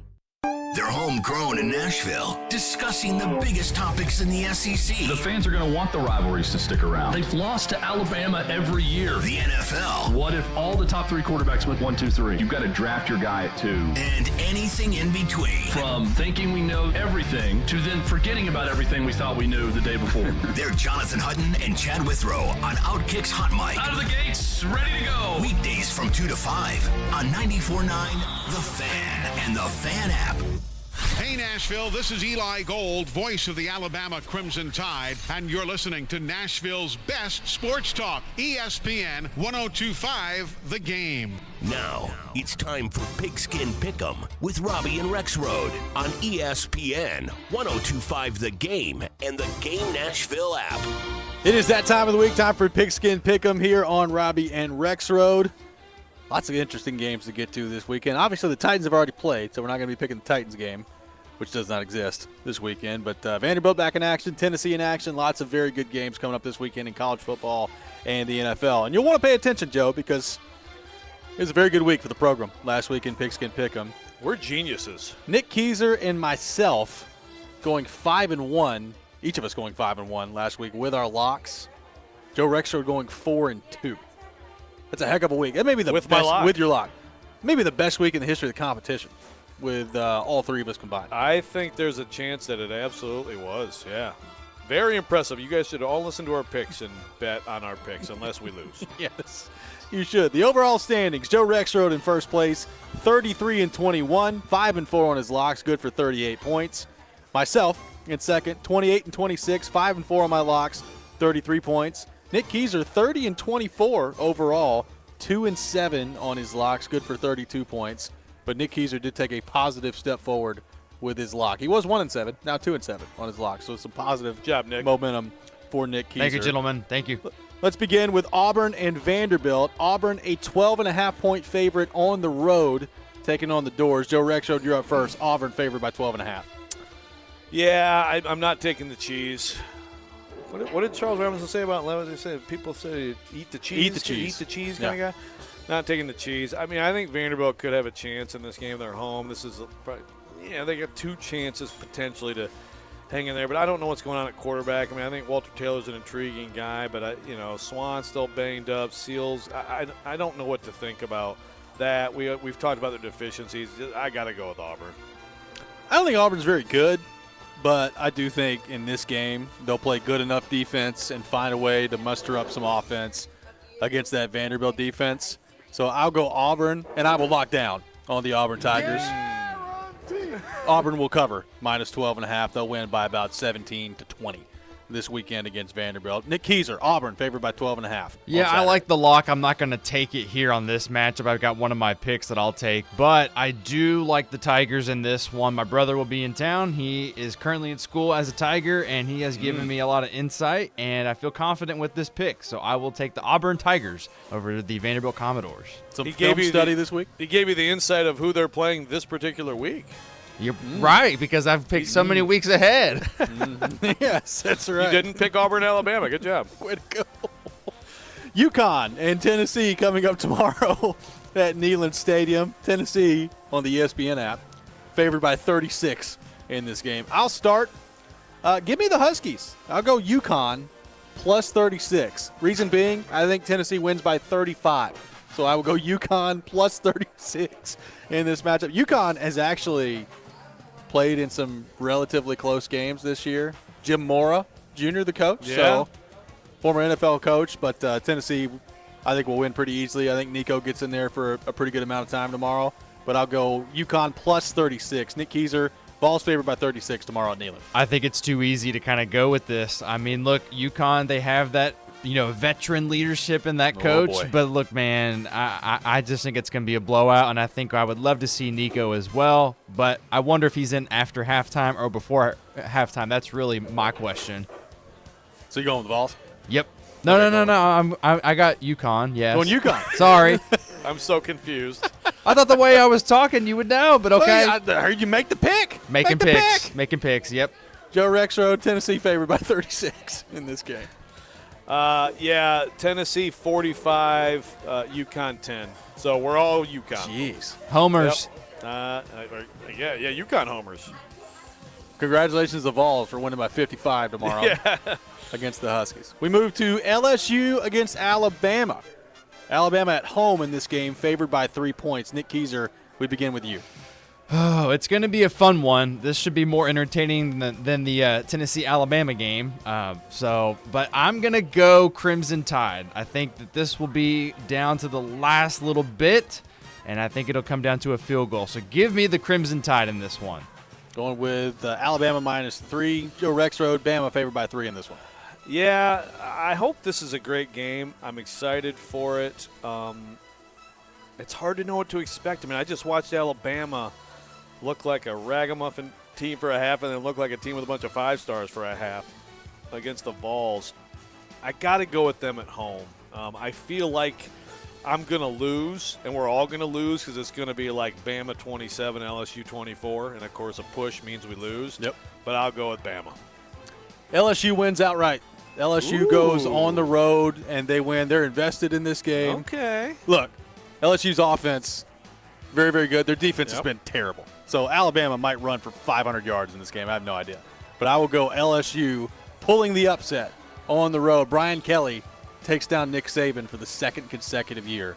LSU plus the 3 against Alabama. We move to the individual portion of the program. Joe Rexrode, your first individual selection. Yeah, Aggies at Ole Miss. Ole Miss has a big opportunity ahead of them at Georgia after this. So I guess you could look at this like, is there any possibility of looking ahead or something like that? But at home, with that offense, and I know they kind of faded in the second half against Vanderbilt, but I think they are going to put a number on Jimbo and the Aggies. And -3, I love that. Give me Ole Miss and make that my lock. That's a heck of a line. Guaranteed. I saw that and I was like, ooh, really? Okay.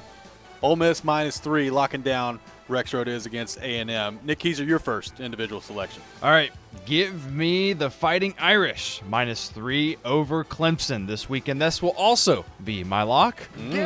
Feel confident with this one, and Notre Dame needs a good win, and I do think it's a little closer than what they would like it to be, but I think the Fighting Irish come out on top. Tyler from Spartanburg's not going to be happy, is he? Tyler from Spartanburg be in Dabo's post-game press conference if they lose to Notre Dame? Oh, God, let's hope so. Just give him amazing stuff. Give him a credential. I went with this formula last week, so I'll stick with it. I know Stafford's status is up in the air, but I don't really care. Rams +3 against the Packers. The Rams will win outright on the road at Lambeau Field. Matt LaFleur remains the head coach of the Green Bay Packers. So with that in mind, Rams +3. Joe Rexrode, your second. We're going to stink, and this guy sucks, and then I suck. There you go. Just apply it. All right, so great game. I mean, I tell you what, it's a Titans-free Sunday. Thankfully, it's a Lions-free Sunday, so I don't have to be forced to watch them. But we got some good stuff. I mean, Cowboys-Eagles is exciting, but the Sunday night game, Bills-Bengals. Yeah. I gotta say, I love the Bengals' momentum right now, and maybe it's a little bit of fool's gold. Maybe the Bills go in there and get it done. I don't think so. I think the Bengals at home, primetime, the way they're playing, the way Joe Burrow's playing, I love the Bengals -2. Bengals -2 at home against the Bills. Nick Keyser, your second individual selection. I'm going to go with the Bills as well. I mean, look, and also Wait. I went Bengals. Okay, So you're going with the Bills or the Bengals? I see a 1.5, by the way. I don't see it. Did you say 2? Yeah, is it 1.5? I saw 1.5 on FanDuel, but whatever. That's fine. Do 1.5. Let's do 1.5. So, but I'm going on the opposite side. Sorry. But yes, going Bills in this matchup. I'm going to say the opposite of you as well. You were just throwing all kinds of curveballs at us today, Keys. I have to. My second individual pick, give me Texas -4.5 at home against Kansas State. Interesting Big 12 matchup, but I think Texas wins by about a touchdown in this game, so I'll go Texas -4.5 against K-State. Nick Keyser, your final individual selection. Oh, my gosh. Y'all have gone back-to-back games that I looked at this morning. Oh, my gosh. All right, I'm going to go Texas -4.5 over Kansas State. Well said. And he's opposing you. He's going to go Texas. It's the same games, though, back-to-back, both of y'all, but just opposite picks. I have nothing else to add. Hold on. The same it's the same pick, right? Yes, you're picking Texas. Please correct? confirm. Yes. Please confirm, Nick. Okay. Nick struggles sometimes with the Pigskin Pick 'em. At least it's the same week. Hey, he got his lock last week. He did. Yeah, that's right. That's right. You can't. In your face. Don't tread on me right now. Joe, your final individual selection. All right, so Chargers, Jets. And I know this isn't the most exciting. I just praised the Sunday night game. This isn't the greatest Sunday night game. Well, you know what? I don't hate it. The Chargers are -3.5 at New York. And I think the Jets are going to pull out a close game here. And even if they lose, I think it's a very close game. I absolutely love Jets +3.5 at home against the Chargers. Monday Night Football. You're a Zach Wilson believer? Well, I'm a believer that he's incrementally improving to the point where he's not a complete disaster. And with that defense and with Breece Hall and with Garrett Wilson, that's okay. And it's the Chargers. They'll find a way to lose. It's the Chargers. That's right. I almost made this one my lock. I probably should have, but we'll see how it works out. Give me the Eagles -3 against the Cowboys. This is yet another opportunity for the Cowboys to get on national TV, play against a really good team, and get their butts kicked. So I expect that's probably going to happen. Give me the Eagles -3 against Dallas, and I think A.J. Brown has 150 yards receiving in this game. Is somebody going to cover him at some point? I don't think so. It's unbelievable. Sorry to bring him up. Is he going to get 2,000 yards this year? I don't know. Would Will Levis like throwing to him right now? Yeah, I think he probably would. This has been Pigskin Pick'em. You can check it out every Friday morning at 8:30 here on the program. We'll give our final thoughts on the Titans coming up next. Look ahead to Tennessee and Vanderbilt real quickly as well, coming up over the weekend. This is Robby and Rexrode, 102.5, 106.3 The Game. Are you always on the go? We've got you covered.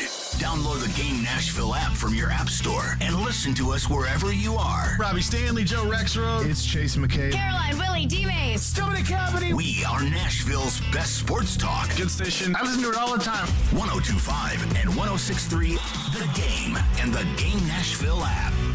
Hey, it's Jared from my friends at Hiller. It's getting colder quickly, and a lot of you are probably firing up the heater for the first time this season. If your system is older or having lots of issues keeping your home warm already, it's probably time for an HVAC replacement. There's no better time to replace your system than right now. Hiller is having their biggest sale ever on select HVAC systems. Get up to $2,600 off a new system until November 15th. This is the biggest discount they've had in years. That's Hiller. Call the Happy Face Truck today. Want an inexperienced surgeon? Okay, nurse, I'm ready for the scalpel. How about an inexperienced airline pilot? Ladies and gentlemen, this is your captain, and I'm terrified. Experience matters, and we have it. Regal Realty Group is experienced to help you from contract to close. They know the area, understand financing, and have up-to-date property listings and comparisons. Oh, and lots of experience. Visit RegalRG.com. Blue Raider fans, your home for all the MTSU football and men's basketball action is on 93.3 Classic Hits and 95.1 Classic Hits in the borough. Catch the action all season long with Chip Walters on the call. Go Blue Raiders! Your company's hiring. Who isn't? We would love to show you how to use 102.5 The Game to attract and retain employees. We can also help you find the exact person you're looking for with a targeted digital campaign. You can trust our team to help you build your team. Email us at together@cromwellmedia.com. Get ready for a magical holiday experience at Belle Meade Historic Site and Winery. Join us for our free holiday open house Thursday, November 16th from 5 till 8 p.m. Meet Santa and Mrs. Claus, tour our enchanting mansion, and delight in holiday crafts and activities for the whole family. Treat yourself with our renowned wines and bourbon from Belle Meade Winery and savor foods from the Belle Meade Meat and 3. Let's create cherished memories that will last a lifetime at Belle Meade Historic Site and Winery. Only 7 miles from downtown Nashville. Reserve online at visitbelmeade.com. A lot of schools talk about training the cybersecurity workforce of the future, but do they really deliver? My Computer Career has been supplying the IT workforce with thousands of skilled, certified pros for 15 years. Train with the experts in support, networking, or cybersecurity and start your career in months, not years. Upskill even faster. On campus or live online, qualified students may get financial aid, including the GI Bill. My Computer Career. Accredited, acclaimed, effective. Take the free career evaluation at mycomputercareer.edu. You're listening to Robby and Rexrode. It's part of this nutritious breakfast. On 102.5 and 106.3 The Game and the Game Nashville app.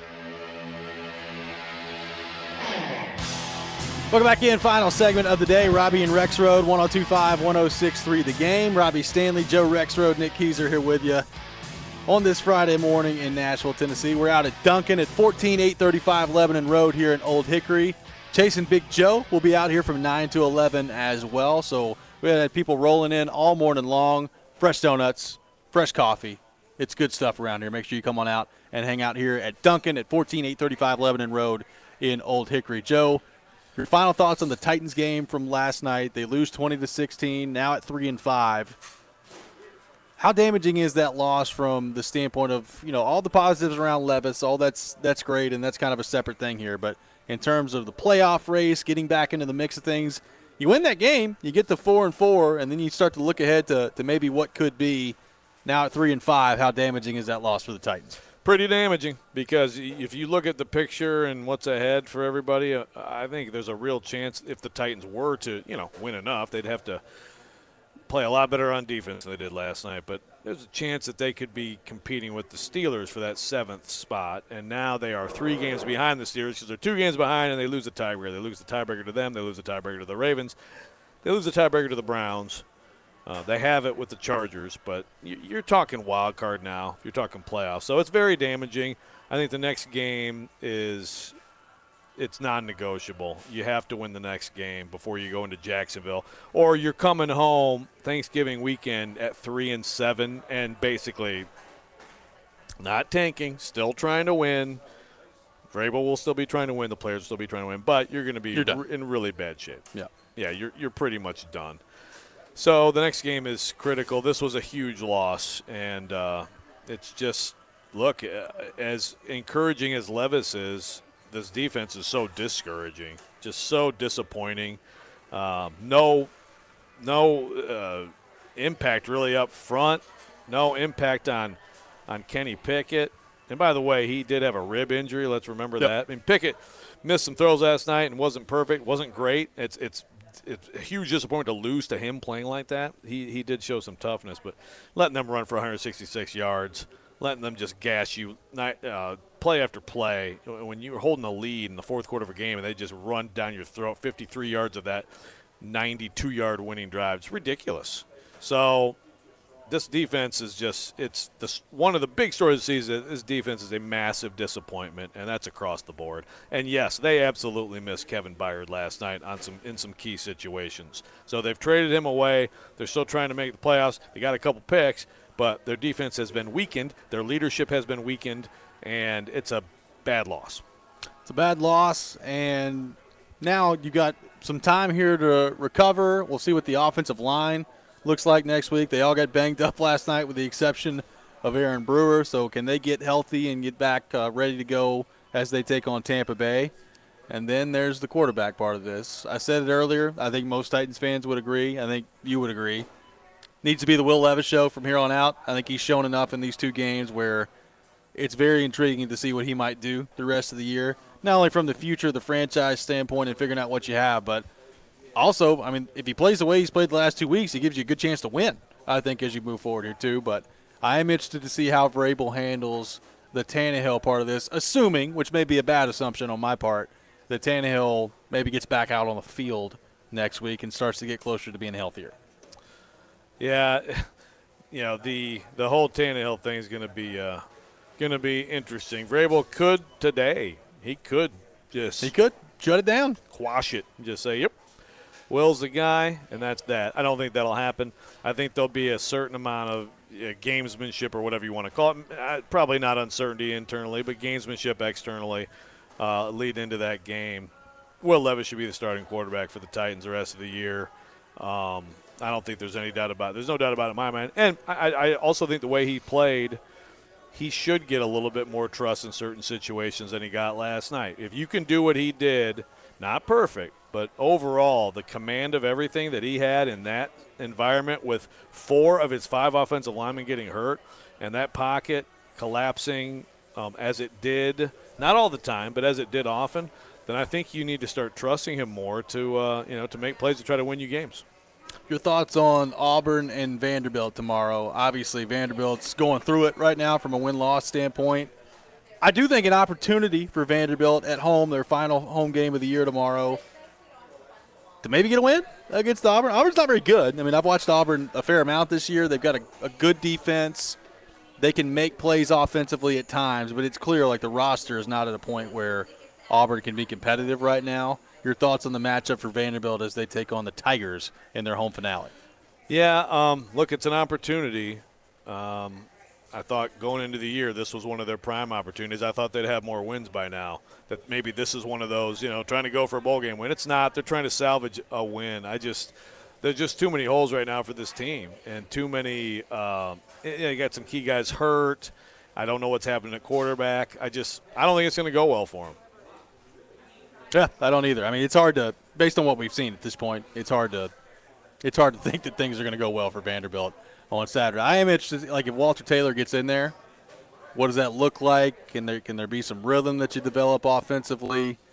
But I don't have a whole lot of confidence that Vanderbilt is going to end up winning the game. I thought maybe the line would be a little bit smaller just because Auburn's not that great and it is a home game for Vanderbilt, but 12.5 I think is about right. Yeah, I think so too. They did almost cover at Ole Miss, which would have been nice for me. Nico get in there tomorrow? Never again. Nico. I bet you Nico. Well, I mean, Nico play. I bet you late third. Let's rephrase that. Nico get in there tomorrow, and does he get significant opportunities to throw the football, which he really hasn't so far this year? I think some. I mean, Heupel, I think some. I think he'll get a chance to throw it some. I don't know, if they're going to totally run it full once he gets in, if the score is what it should be. But I think Heupel will give him a chance to throw a little bit. Vols fans get to see a little bit of him tomorrow. Get a little bit of an idea, a little bit more of an idea. If you're a Tennessee fan, and tomorrow's game, if things go well, you should take care of business pretty easily. But then you got Missouri after that, and then, of course, the Georgia game at home before you close out the year with Vandy. How encouraged should you be if you're a Tennessee fan with the way that Joe Milton has played the last 2 weeks? Yeah, you should be encouraged. I mean, I think some Tennessee fans are just out on him and aren't open to new information. But 3 of his last 4 halves have been, I think, his 3 best halves of football as a college football player. So there's some progress there. Some of that, I think, is also like there's actually some progress with the receivers, even with Brew McCoy out. So when he made some throws on the run last game, and I thought decisions and all that, he had some good command out there. He's running the ball the last 2 games in designed ways that I think helped them too. So you hope that he can give you a good half plus of football. You get a blowout, and you got momentum going to Missouri. Yep, and then as far as the rest of the college football is concerned, LSU Bama, the big one on CBS at 6:45. And you can check that game out on 94.9 The Fan here too. If you're listening to it. But it's going to be an interesting game that way to see how LSU and Bama goes, if Bama can take care of business at home. If Bama wins that one, I mean, they're getting to Atlanta at that point, and the college football playoff still on the table for Alabama, even after the loss to Texas early in the year and how disjointed they've looked at times offensively. Yeah, which isn't exciting to me because I don't think they're good enough. And I'm sure it's not exciting for a lot of fatigued people who are sick of Bama, Georgia, et cetera, but they do have a chance. Can I jump on this guy real quick? Sure. This guy says, Joe picking Young over Stroud is comical. I said, so you missed last week when Young outplayed and beat him with the worst team in the NFL around him? Cool! And he said, so you missed Stroud putting 300 on the Steelers, huh? Look. C.J. Stroud might be the greatest quarterback in the history of mankind. I don't know. He also might be, out of a job in year 3. Can we all acknowledge that? We're guessing. You acting like, this game means everything, but this game means nothing. Let's let it play out. Bryce Young, meanwhile, the greatest quarterback who ever lived already, according to Rexrode. He might be. That's going to do it for us We today. don't know that he's not. Here on the program. We'll be back 6 a.m. on Monday. Hope everybody has a great weekend. Chasing Big Joe up next. This is 102.5, 106.3 The Game. Every day we are live and local. It will help them get better players. I'm really excited about this defensive front. And your source for national